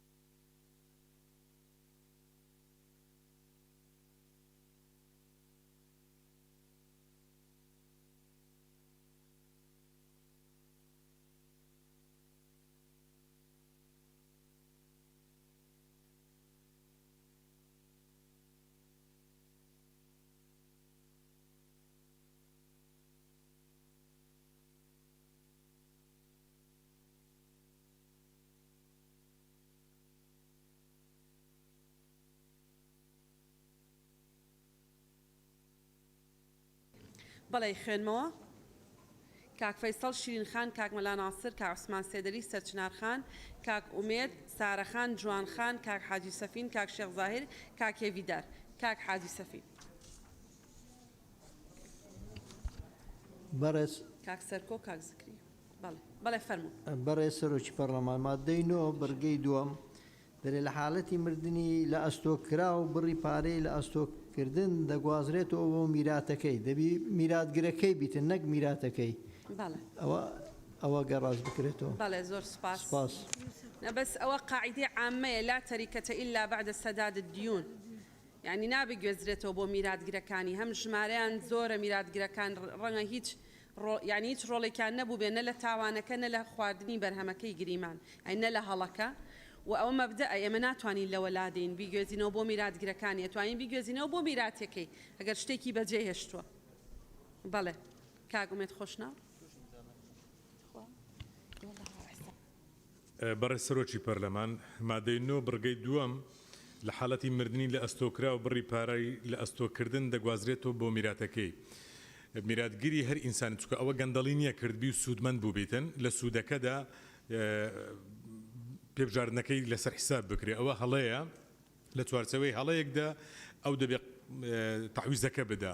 میراتگیر چ تاوانەکی هەیە کە چەند کوڕ و کچێکی هەیە کەسەکە گەر بابیان هەڵەیەکی کردیە داچیان هەڵەیەکی کردیە ئەوان بێن پێبژاردنەکە بدەن. بۆیە من پێشنیار دەکەم مادەی 9 بڕگەی دووەم هەرلا بدرێتن و میراتگیری تاوانەکی نییە و پێویست ناکاتن ئەو قەرەبۆکە بداتن و زۆر سپاس. بەڵێ زۆر سپاس. کاک عوسمان سێدەری. بەڕێز سەرۆکی پەرلەمان مادەی 9 بڕگەی دووەم منی شەر بە هەمان شێوەی کاگومێد و ئەو برادەرانە پێم وایە ئەو بڕگەیە زیاترە کە زیادەیە کە ئینسان مرد ئیتر کۆتایی پێدێت پێویست ناکانی و بڕگەیە بمێنێت. زۆر سپاس. بەڵێ زۆر سپاس. کاک مەلا ناسر. مایکەکەت کوژێنەرەوە کاک عوسمان بێزە. هاوڕێ. بەناوی خوای گەورە و میهرەبان بەڕێز سەرۆکی پەرلەمان لە مادەی 9 بڕگە دوو لە حاڵەتی مردنی لە ئەستۆکرا و بڕی پارەی لە ئەستۆکردن دەگوازرێتەوە بۆ میراتەکەی ئەگەر هاتوو میراتگرەکەی میراتگری نەبوو ئەوە یەک و دوو باشە میراتگرەکەی تاوانی چییە هەر پشتگیری لە قسەکان کاک عوسمان و کاک ئومێد بەڕای منیش ئەو مادەیە هەر لا ببرێت باشە ئەگەر میراتگری نەبوو لە کێ وەرەگیرێ ئەگەر میراتگر پەیوەندی چییە بە ئەوەی کە تاوانەکەی کردووە. زۆر سواس. بۆ میراتگر ناگوێزرێتەوە بۆ میراتیەکەی دەگوێزرێتەوە بۆ میراتیەکەی یعنی بۆ ئەوەی کە لێی بەجێماوە دەگوێزرێتەوە ئەو کەرستانەی ئەو شتانەی ئەو ماڵ و مڵکەی لێی بەجێماوە ئەمە قاعیدەی ئێمە ناتوانین لای بین لێرە بەڕێزان بە ئەمەش وەکو مشتێکی لێ نەیە ئەڵێت تەریکە نییە یعنی میراتی نییە هەتا قرز نەدرێتەوە. بەڵێ سپاس بۆ بەڕێز سەرچنارخان. بەڕێز سەرۆکی پەرلەمان بڕگەی دووەم لە حاڵەتی مردنی لە ئەستۆکرا و بڕی پارەی لە ئەستۆکردن دەگوازرێتەوە بۆ میراتەکەی لە ڕووی قانونیەوە جەناب دەزانی میراتەکەی نابێت بۆچی یعنی بێ بڵێ بۆ ماڵەکەی لەبەرەوەی میرات خۆی میرات پاش لێ دەرکردنی تەچیزە هەنی لەگەڵ دەین لەگەڵ وەسیە ئەمە دەینە خۆی یعنی ناکرێ بیخەیتەوە ناو میراتەکەەوە بۆچی لەبەر ئەوەی میراتی خۆی لە نێزامی عامە بەپێی مادەی 130 دووەم لە قانونی مەدەنی وەجگە لەوەش ئاەتی لەسرە چونکە ئەوانەی کە میراتیان بۆ دیاریکراوە لە سوورەتی نیسا ئاباس کراوە خی گەورە ئەسحابی فەڕوز و ئەوانە ئێمە ناکرێ حکوومەت بکەین بە شەریک لە میراتگرەکانە و لە هەمان کاتە پێچەوانەی مادەی دوی دەستوریشە لە ئەحکامی ثەوابێتی شەریعەی ئیسلامیکە ئەوە بە نەس دیاری کراوە یعنی میراتگران بە نەس دیاری کراوە قسەی جەنابە لا تەریکەتە ئیلا بەعدە سەداد الدەین ئێمە دەینە چۆن یخیتەوە ناو زمنی تەریکەوە تەریکە تهدید کراوە بە پێ و یاسانی کە باسم کرد. سوپاس. ئەو علاقەی بە تعریفی تەریکەوە هەیە لێرەمە بەس لە میراتەکەی توانین مستەڵەحەکە بگۆڕین بەڵام لابردنی بە تەواوەتی ئەوە ناتوانین نە شەرعەن نە قانونەن. بەڵێ کاکتۆر شێرکۆ فەرموون. بەڕێز سەرۆکی پەرلەمان پشتگیری لە قسەکەی سەرچنارخانەکەم هەمان مداخلەوە. سپاس. بە دیاریکراوێت توانین بۆ بنووسین بۆ ئەچێتە ناو ئەو مڵک و ماڵەی کە لە دوای مردنی لێی بەجێ ئەمێنێت چکە ڕاستە دروستە لە دوای دانەوەی قەرز ئەوەی دەمێنێتەوە پێوترێ میراتی. بەڵێ زۆر سوپاس. کاک هێویدار. بەڕێز سەرۆکی پەرلەمان قسەکانم کران. سوپاس. بەڵێ زۆر سوپاس. شیرین خان.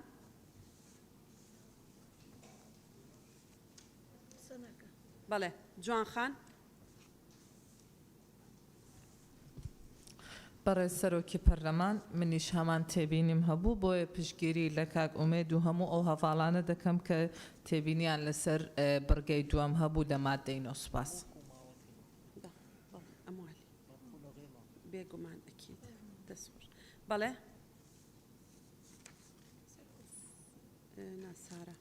سارە خان فەرموو. بەڕێز سەرۆکی پەرلەمان ئەمنیش هەمان ڕئیم هەیە پشتگیری قسەکانی کاکومێت دەکەم زۆر سوپاس. بەڵێ کاک سەرکۆ. بەڕێز سەرۆکی پەرلەمان مادەی نوێم بڕگەی دووەم من لە حاڵەتی مردنی لە ئەسۆکرا و بڕی پارەی لە ئەسۆکردن دەگوازرێتەوە بۆ ئەو مڵک و ماڵی کە لێی جێماوە بەو شێوازە بێت و پشتیوانی لە ڕبۆچوونەکەی سەرچنارخانیشت. دروست بەڵێ سوپاس. کاک زیکری. بناوی خدای مزن و دلوان برای سروکا پارلمانی ذکری زیباری ماده نه خالا دو لحالتی مردن لاستو کرا و بری پارکه لاستو گردن دگازریت و بو میراد گرکی برای سروکی پارلمان من پیم باشه لحالتی مردن حکمت بری پارکه صاد پنجی لی خوش ببید بر هندی من پیم باشه بم شوایی لی بکرید لحالتی مردن لاستو کرا و بری پارکه لاستو گردن با صاد پنجی لی خوشبون دگازریت و بو میراد گرکی زور سپاس. بله زور سپاس. کاک شیخ ظاهر. بەڕێز سەرۆکی پەرلەمان قسەکانی من کرا و پشتگیری ڕاکەی سەرچنارخان دەکەم زۆر سوپاس. زۆر سوپاس. کاک فەیسەڵ. بەڕێز سەرۆکی پەرلەمان منیش پشتگیری هەر ڕاکەی کاک ئومێد و کاک عوسمان و چنارخان دەکەم. بەڵێ زۆر سوپاس.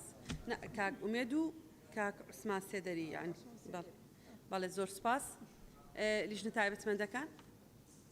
بەڕێز سەرۆکی پەرلەمان بۆ خاڵی دووەم بۆ گۆڕنی میراتەکەی ڕاستە یعنی دەبێ ئەمە بۆ مڵک و ماڵەکەی یعنی چونکە میرات کە دابەش کرا دوایی هەر کەسە خاوەنی خۆی دەبێ بۆیە بێگومان پێشەوەی مڵک هەر بە پێی شەرعیش ئەمەیە کە هەر قەرزێکی لەسەر بێ پێشەوەی میراتەکەی دابەش کرێ ئەبێ قەرزەکانی لێ بدرێتەوە ئەمەش قەرزی دەوڵەتە پێویستە قەرزەکانی لێتەرکرێن جا میراتەکە دابەش کرێ ئەمە وەک خۆی لە دەکەن زۆر سپاس.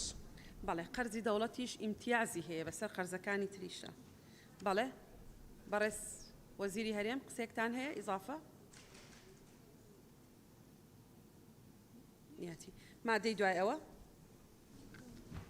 بەڕێز سەرۆکی پەرلەمان مادەی 10 یەکەم فەرمانبەر یان ڕاستپەردرای بە ڕێژەی گشتی کە بڕیاری لاستوکردنی لەسەر داوا مافی تانەنەدانی لە بڕیاری لیژنەی لێکۆڵینەوەی لە بەردەم دەدگا کارگێری بە پێی حکومەکانی یاسای ئەنجومەنی شوڕە لە هەرێمی کوردستان ژمارە 14 لە ساڵی 2008 هەیە.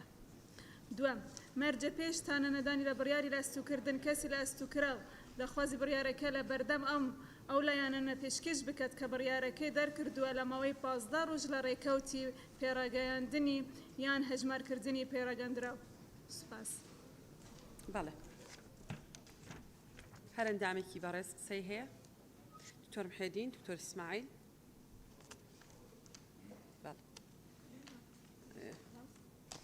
کاک شێخ زاهیر سارە خان. کاک ڕزگار.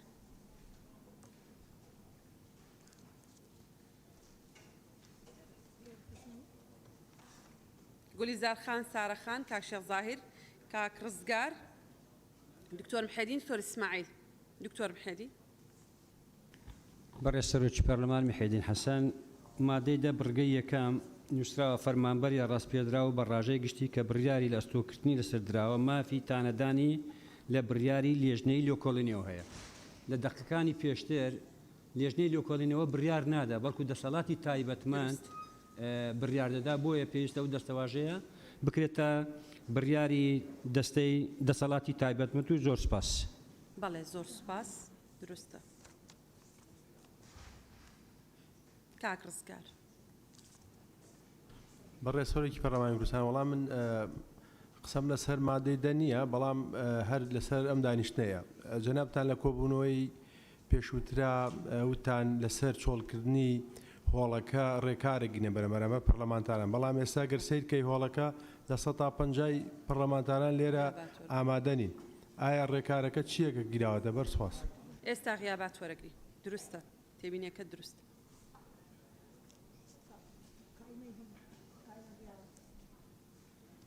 بەڵێ گولیزار خان. بەڕێ سەرۆکی پەرلەمان مادە دا فەقەرە یەکەم بە پێچەوانەی مادە شەشە وەکو کاک محەدین باسی کرد تاعندان بۆ بڕیاری لیژنەی لێکۆڵینەوە ناکرێت چونکە لێرەدا ئێمە دەسەڵاتی تایبەتمەند ئەو بڕیاری لەسەر دەدرێت. سپاس بۆ بەڕێز کاک شێخ زاهر. بەڕێ سەرۆکی پەرلەمان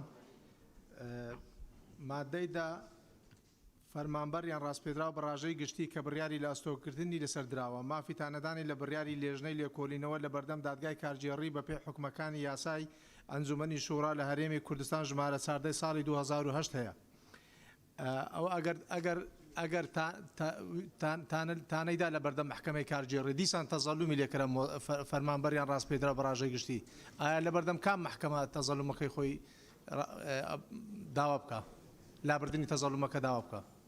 چۆن ئێستا ئەگەر فەرمانبەرێک ئەم فەرمانی بۆ دەرچوو بە تەزمی بەڵێ لە بەردەم ئەوە دوایەوە چێت تەزەلومەکە هەر لە بەردەمی دەسەڵاتی تایبەتمەند دەسەڵاتی تایبەتمەند کە لێژنەکەیە کە وەزیرە وەزیر یا سەرۆکی لایەن نەبەستراوە بە وەزارەت یا پارێزگارە دوایش دەچی لە بەردەم محکەمەی ئیداری ئەگەر ئەوان کە تەزەلومەکەی کرد پیاچوونەوەیان کرد و قەرارەکە بە نوعێکی ترکەوتەوە کە لە ساڵحی بوو ئەوە واز دێنێ ئەگەر لە ماوەی 15 ڕۆژە وەڵامیان نەدایەوە یان وەڵامیان هیچ نەدایەوە وا حسابە کە ڕەفزیان کردووە داواکارێکی ئەگەر ڕەفزیان کرد ئەوە دوو حاڵەتمانەیە هەردووکی ڕەفزە ئەتوانێت بچێتە بەردەمی محکەمەی ئیداری ئەگەر لە بەردەم محکەمەی ئیداریش تەزەلومی تێدا بوو بستە چێ ئەچێتە بەردەمی محکەمەی ئیداری ئیتر ناتوانیت تۆ ئەوە تەوەقوعی ئەوە بکەیت کە ئەویش خۆت تەدەڕوزی مەحاکم بەڕێ سەرۆکی پەرلەمان یانی ئەگەر لە محکەمەیەک غەدر لە یەکێکیان تەزەلوم تێدا بوو لە بڕیارێک دەبێ محکەمەیەکە هەبی پانای بوو بە بۆ دادگای تەمیزە لە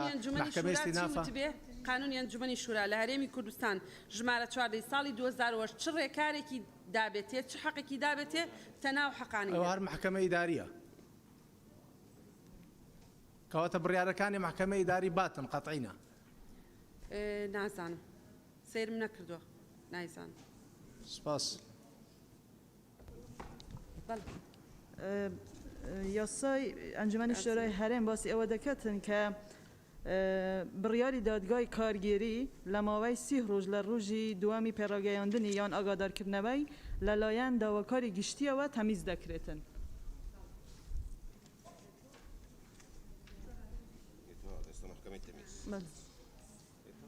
داواکاری گشتی لەلایەن داواکاری گشتیەوە تەمیز دەکرێت. سەیریەکەین ئێستا کاک شێخ زاهر. بەڵێ سارەخان. بەڕێ سەرۆکی پەرلەمان پێشنیارم هەیە لە بڕگەی دووەم مەرجە پێشتانەدان لە بڕیاری لە ئەستۆگرتن کەسی لە ئەستۆکرا و دادخواز لە بڕیارەکەی لە بەردەم ئەو لایەنە پێشکەش بکات پێم باشە بەم شێوەیە بنووسرێت دادخواز و هەروها لە ئەستۆکرا و بۆی هەیە تانە لە لیژنەی لێکۆڵینەوە بگرێت لە دوای پێڕاگەیاندنی بڕیاری لێژنە لە ماوەی 7 ڕۆژ لەلایەن دادگای کارگێری و بڕیاری دادگای کارگێری شایانی تانەگرتن بێت لەلایەن ئەنجومەنی شوڕا بۆ ماوەی 30 ڕۆژ لە دوای پێڕاگەیاندنی. زۆر سوپاس.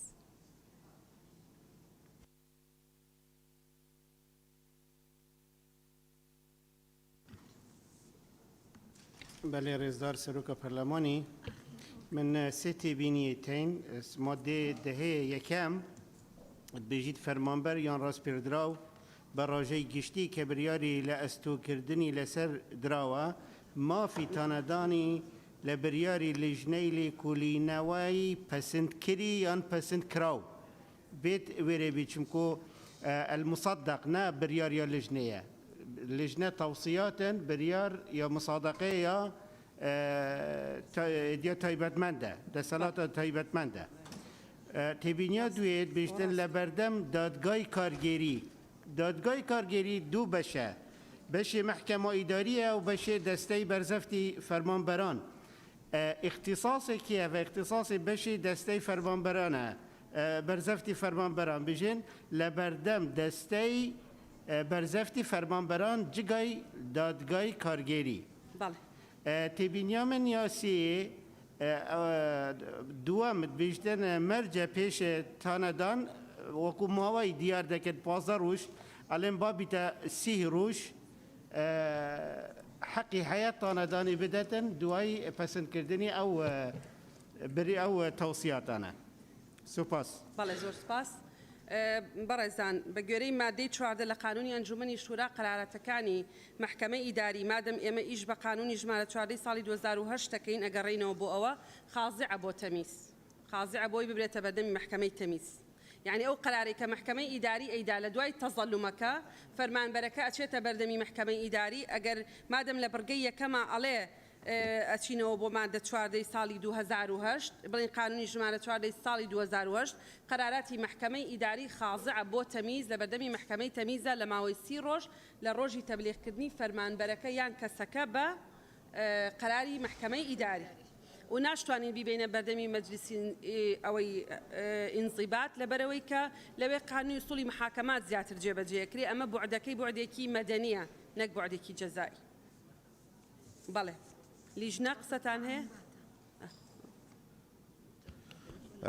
بەڕێز سەرۆکی پەرلەمان لەسەر تانەدان لە بڕیاری لیژنەی لێکۆڵینەوە ئەمە ڕاستە، یعنی تانەدان لە بڕیاری دەسەڵاتی تایبەتمەند لەسەر ڕاستپاردەی لیژنەی لێکۆڵینەوە ئەمە ئەوە دەکەین. باقی ترەوە وەڵامەکە وەرگیرایەوە و زۆر سپاس. دوایەوە مادەی 11 بەڵێ بەڵێ بەڵێ فەرموون. بەڕێز سەرۆکی پەرلەمان تەنها لە مادەیدا بڕگەی یەکەم و دووەم پێمان باشە بڕگەی سێمیشی بۆ ئیزافە بکرێ کە بڕگەی یەکەمە لە مادەی 12 حکومەت بۆ پارێزگاریکردن لە مافی فەرمانبەرەکە کە دەڵێ پێویستە لەسەر وەزیر یان لایەنی نەبەستراوە بە وەزارەت بڕوانێتە دادخوازیەکە لە ماوەی 15 ڕۆژ لە ڕێکەوتی وەرگرتنی وەزارەت یان سەرۆکایەتی لایەنی پەیوەندیدار بۆی لە حاڵەتی بەسەرچوونی ماوەی باسکراو بەبێ تێڕوانین تێیدا ئەوە وادا دەندرێت دادخوازیەکە ڕەزامەندی لەسەردراوە چونکە مۆزەفەکە شەرتی لەسەردانراوە پێش ئەوەی بچێتانە لە بڕیارەکە بدا لە بەردەمی محکەمە دەبێت تەزەڵوم بکە لە وەزارەتەکەی خۆی. کاتێک کە تەزەڵوم دەکات لە وەزارەتەکەی خۆی وەزیر یان سەرۆکی لایەنی نەبەستراوە بە وەزارەت ئەگەر ماوەیەکی بۆ دانەنەی لەوانەیە ماوەی ساڵێک بخایەنێتن ئەو کەسە نەتوانێت بچێتن بۆ هەنگاوی دووەم کە بریتە لە تانەدان لە بەردەمی دادگای ئیداری. بۆیە پێمان باشە بۆ پارێزگاریکردن لە مافی ئەو کەسە وەکو بڕگەی سێەم لە مادەیدا بڕگەی یەکەمی مادەی 12 پرۆژەی حکومەت ئیزافە بکرێتەوە و زۆر سپاس. بەڵێ زۆر سپاس. بەڵام ئەوە لە قانونی ئەنجومەنی شورا بە واضحی هەیە لە ماوەی 15 ڕۆژا وەزیر ئەگەر جوابی نەدایەوە دەستەنا 15 ڕۆژی لە بەردەستە بەڕەتکراوە دائەنرێ بۆیە تەسەورەکەم لیژنە تایبەتمەندەکان لایەن بردبێ بەڵام بۆ پاراستنی حەقی فەرمانبەر و بۆ ئەوەی کە واضحتر بێ دەکرێت دابنرێتەوە. بەڵێ مادەی دوایەوە بەڕێز سەرۆکە پەرلەمانی مادەی 11 سەرۆکی ئەنجومەنی وەزیران بە وەزیری تایبەتمەند دادەنرێت ئەگەر کەسی لە ئەستوکراو وەزیر یان ئەوانەی پلەی وەزیریان هەیە سەرۆکی ئەو لایەنە نەبەستراوانە بە وەزارەت بێت کە بە ئەنجومەنی وەزیران پەیوەستن. سپاس.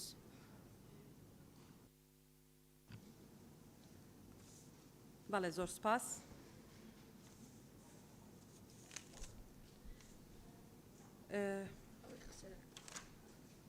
هەر بەڕێزی قساکە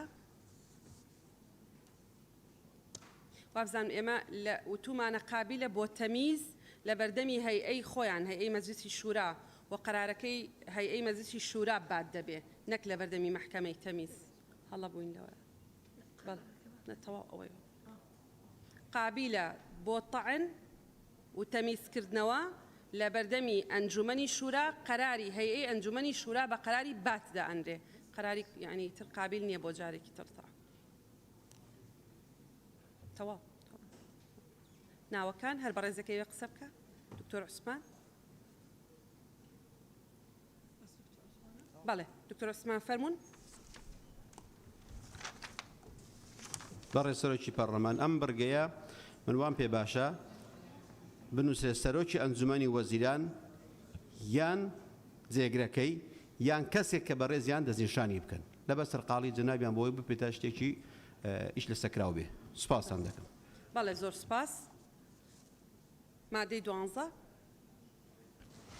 برای سروکا پرلمانی ماده 12 یکم او لیجنانه به پی حکمکانی ام یاسایه پیک دهنره نابنه جگراوه بو او لیجنانه حکمکانی یاسایی برزفت کردنی فرمانبرانی دولت و کرتی گشتی جماره 14 سالی 1991 برکار لحرم دایان گریتوه. دوام لأستو کردنی فرمانبر یان راسپیردرا براجه گشتی بپی حکمکانی ام یاسایه دسالاتی تایبتمند پابند کاد بگرتنبری ریکاری یاسایی و روانه کردنی دوسیهکی بود دادگاه اگر او کردوه انجامی داوه بپی یاسای سزادانی برکار یان هر یاسایی که تر کرگزی تاوانکاری تدابو. سپاس.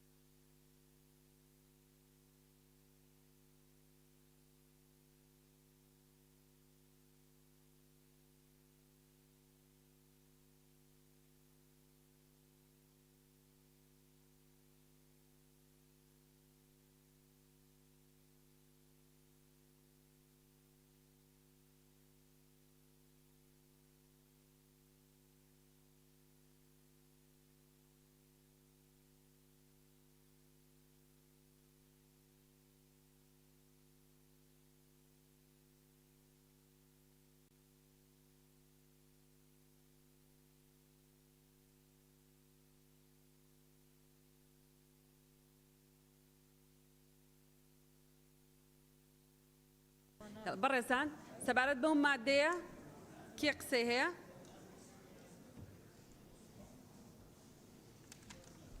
كاس قصينيا كاك سعيد بله قولي زار خان بله كاك سعيد فرد برای سروکی پارلمان لسر ماده 12 برگه دوم من پیم باشه لزیاتی اوی در روانه کردن دوسیکان بود دادگاه من پیم باشه دوسیکان روانه دسته دستپاکی بکریتن چون که توانی فرمانبران لزیانگی هندن به ملک کی گشتی به پی یاسای دسته کاری دسته دوست باس بله زور سپاس اگر رگزی تاوان کاری تیابو یعنی جریمه بو دسته دستپاکی دهاتی سروکی پارلمان بله سپاس بله قولي زار خان برای سروکی پارلمان ماده 12 برگه دوم لأستوگرتنی فرمانبریان یان راسپیدرا و براژه گشتی به پی حکمکانی ام یاسای دسالات تایبەتمەند پابند دەکات بە گرتنەبەر برای من ئەم هەمووە پێویست ناکە ئەگەر ئەمە بنووسین پێویستە لە دەسەڵاتی تایبەتمەند بەکردنەبەری ڕێکاری یاسایی ئەوانی کە هەموو خاڵەکان برای من ئەمە ئیعادەی سیاغەی بکرێت کورتیکەینەوە باشترە سپاس بله زور سپاس ماده 13 فرمون برای سەرۆکی پەرلەمان مادەی 13 ئەم یاسایە لەسەر گشت ئەو دۆسیانەی کە بەپێی یاسا بەرکارەکان لەژێر لێکۆڵینەوەدان و بڕیاری لە ئەستۆکردنیان بۆ دەرنەچووە ئەوانەی بڕیاریان بۆ دەرچووە و بڕ و قستەکانیان بە تەواوەتی وەرنەگیراوەتەوە و ئەوانەشی کە تا ئێستا دۆسیەی لێکۆڵینەوەیان بۆ نەکراوەتەوە پیادە دەکرێت. بله زور سپاس کی قساکە لەسەر ئەو مادەیە بله ليلى خان كيتر بله ليلى خان فرمو برای سروک پارلمانی ماده سیام لماده سیام دا آیا دکرت یاسایا اثر رجعی هبید لماده دا اثر رجعی دیار کراوه بتایبتی کاتک بریار بود دوسیک لجر یاسای کی تر درچوا و تا یاسای کی تر حکم دراوه چون ام یاسا لسر جبهه دکرت آیا حال دوشت و یا نه یا جاره کی تر دادره دادگاه اما دایا اثر رجعی تدا امش کشه دروز دکتن سپاس ئەسە ڕەجعی دروست ناکا بەو دەلالەتە ئەوەی لە ژێر لێکۆڵینەوەی هێشتا بڕیاری بۆ دەرنەچووە ئەوەی بڕیاری بۆ دەچەوە قستەکانی نەداوەتەوە حکمی ئەو مادەی کە پەیوەندی بە چۆنێتی دانەوەی قستەکانە لەسەری جێبەجێ بێ ئەوانەی کە تا ئێستا لێکۆڵینەوەیان بۆ نەکراوە و دۆسی لێکۆڵینەوەیان بۆ نەکراوەتەوە پیادە دەکرێت جێگەی قسەیە لە ڕاستیە ئەگەرێکێکی ترەوە قسەی لەبارەوە بکە بەڵێ مادەی چواردە مادەی چواردە وەزیری دارایی و ئابووری ڕێنمایی پێویست بۆ جێبەجێکردنی حکومەکانی ئەم یاسایە دەردەکات. بەڵێ بەڕێز وەزیری هەرێم قسەتانە بوو؟ بەڵێ بەڵێ بەڕێز سەرۆکی پەرلەمان پێمان باشە مادەی چواردە وەکو پرۆژە یاسای حکومەت دابڕێژرێتەوە کە دەڵێ ئەم یاسایە پیادە دەکرێت لەسەر ئەو پرسانەی بڕیاری لە ئەستۆکردنیان بۆ دەرنەچووە نقطە. بەڵێ زۆر سپاس مادەی دوای ئەوە بەڕێز سەرۆکی پەرلەمان مادەی 15 کار بە هیچ دەقێکی بەڵێ کار بە یەک دقە هێشتا سیانزەی خوێنەوە ڕووپاخان ئەوە سیانزەمان تەواو کردەوە شتینە چواردە فەرمونون چواردەتان خوێنەوە کێ قسەی هەیە من مشغول بووم بەمە بیان نووسە بەس دکتۆر ئیسماعیل ڕووپاخان کەیتر دکتۆر ئیسماعیل فەرموون سەرۆکە پەرلەمانی ڕێزدار ئەس بێژم ئەڤەیە ضروریە مدەکی دەستنیشان بکەین بۆ وەزیرێ دارایی و ڕێنماییت دانیتە نەیۆڤەکیری بیت ممکنە تاخیر ببیت و ئەف قانونەت بژین مەدوێت لە زێلێ بکەین ئەو مەلەفێت هەین بێنە چۆرە سەرکردنش بەرەن دەست بێژە وەزیری دارایی و ئابووری ڕێنمایی پێویست بۆ جێبەجێکردنی حکومەکانی ئەم یاسایە دەردەکات لە 30 ڕۆژ نەبوریت لە نەشری وەقایع عێراقی تا بەزیتر وەقایعی کوردستان دا زوو بکەویتە باری جێبەجێکردن. سپاس بۆ بەڕێز ڕووپاخان بەڕێز سەرۆکی پەرلەمان بەر لە مادە چواردە هەتاوەکو حەفدە پێم وایە ئەو مادانە دەکەونە حکومە کۆتاییەکان بۆیە ئەگەر بە بەشێک لە سەروی مادە چواردە بنووسری حکومە کۆتاییەکان ئینجا بێتە مادە چواردە. بەڵێ سپاس نەجات خان بەڕێز سەرۆکە پەرلەمانی پۆلپشتیۆ ئاخفتنێن دکتور ئیسماعیلی تکەم لێرە تیڤە وەختێ دیارکردی بیتن نەیڤەکردی بیتن زۆر سپاس. بەڵێ زۆر سپاس مادەی دوای ئەوە بەڕێز سەرۆکی پارلەمان مادەی 15 کار بە هیچ دەقێکی یاسایی یان بڕیارێک ناکرێت کە لەگەڵ حکومەکانی ئەم یاسایەدا ناکۆک بێت. بەڵێ سپاس کێ قسەی هەیە مادەی دوای ئەوە بەڕێز سەرۆکی پەرلەمان مادەی 16 لەسەر لایەنە پەیوەندیدارەکان پێویستە حکومەکانی ئەم یاسایە جێبەجێ بکەن. چ بەڕێزێک قسەی هەیە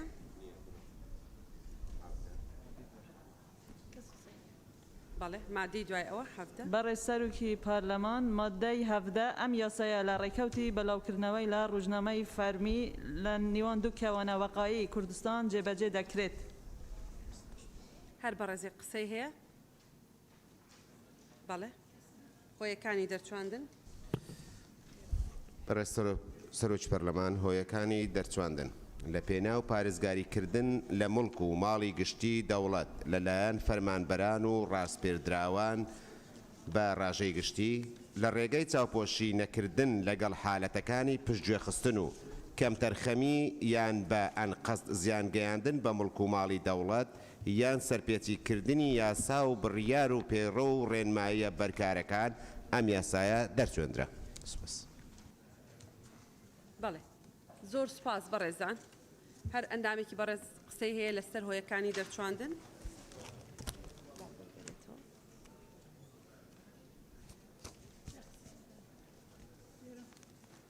هەر بەڕێزێک لەسەر هۆیەکانی دەرچواندن قسەی هەیە خەدیجە خان فەرمو. بەڵێ خەدیجە خان فەرموون. کاک سیروان سەرچنە. بەڵێ فەرموون خەدیجە خان فەرموون. بەڕێ سەرۆکی پەرلەمان من پێم وایە کە ئەم یاسایەکی ڕێکاریە زیاتر تەرکیز لەسەر یعنی ئەو ئالیەتە ئەو میکانیزمە ڕوون دەکەتەوە کە چۆن دەکرێتن بەهای ئەو زارەر و زیانەی کە بە ملک و ماڵی دەوڵەت کەوتووە بگەڕێنرێتەوە. بوویە پێشنیاز دەکەم کە هویەکانی دەرچواندن بەم شێوازە دابڕێژرێتەوە. لە پێناو پارێزگاریکردن لە ملک و ماڵی گشتی دەوڵەت لەلایەن فەرمانبەران و ڕاستپێراوان بە ڕاژەی گشتی و ڕێخستنەوە و ڕێخێراکردنی ڕێکارەکانی وەرگرتنی بەهای ئەو زەرەر و زیانەی کە بە ملک و ماڵی دەوڵەت گەشتووە بەهۆی پشتگوێ خستن یاخود کەمتەرخەمی بیت یاخود بە ئەنقەز بیت یان سەرپێچێکردنی یاسا و بڕیار و پەیرە و ڕێنمایە بەرکارەکان بیت. ئەم یاسایە دەرچێنرا. سپاس. زۆر سپاس. کاک سیروان بەناوی خوا بەڕێ سەرۆکی پەرلەمان لە هۆیەکانی دەرچواندندا مادەم ئەم یاسایە بۆ ڕێگرتنە لە گەندەڵی و کەمتەرخەمی و هەتا دوایی من پێم باشە یەک ئیزافەی تیا بکرێت کە لە پێناو چەسپاندنی دادپەروەری و یا دادوەریە بێت لەگەڵ هەموو ئەوانەی تریشە. سپاس. بەڵێ زۆر سپاس. سەرچنار خان. بەڕێز سەرۆکی پەرلەمان ئاماژ لەم یاسایە بۆ خێراییکردنی کارڕاییەکانە ئەگەر وانە بێ هەر یانی وکو یاسایەکانی تر دەرەچە لەبەرەوە من پێشنیارەکەم لە دێڕی ئەخیرە پێش ئەوەی ئەم یاسایە دەرچوێنرا ئەمەی بۆ زیاد بکرەوە بۆ ئاسانکاری کارڕاییەکان و خێراییەک لایکردنەوەی دۆسیەی پەیوەندیدار بە مڵک و ماڵی گشتی اینجا ئەم یاسایە دەرچوێنرا چونکە ئاماژ لەم یاسایە بۆ خێراییکردنی کارڕاییەکانە. زۆر سپاس. بەڕێزانن دامانی پەرلەمان سبەینێ سعات 2 بە هەمان شێوە کۆبوونەوەمانە بێ هەر ئەم هەفتەیە ڕۆژی دووەم لە سعات 2 بێ. بەڕێزان هەر ئەم هەفتەیە ڕۆژی دووەم لە سعات 2 ئەبێ هەفتەی داهاتوو ڕۆژی دووەم بەیانیەکەیە بێ لەبەرەوەی بەڕێز وەزیری کاروباری کۆمەڵایەتی سعات 1 دەگاتە پەرلەمان. لەبەر ئەوە ئێمە وەکو خۆمان کۆبوونەوەکەمان سعات 2 دەست پێیەکەین بەڵام لە هەفتەی داهاتوو ڕۆژی یەکەم هەردوای نیوەڕۆیە ڕۆژی دووەم ئەخرێتە بەیانەکەی و بەم شێوەیە کۆتایی بە کۆبوونەوەکەمان. بەڵێ بەڕێزان دانیشتنەکان لە سەرەتا و کۆتایی لیستی غیاباتیان وەرەگیری هەر بەڕێزێک مۆڵەت بێ پێش دەستپێک ئەبێ مۆڵەتەکە وەرگێ. سپاس.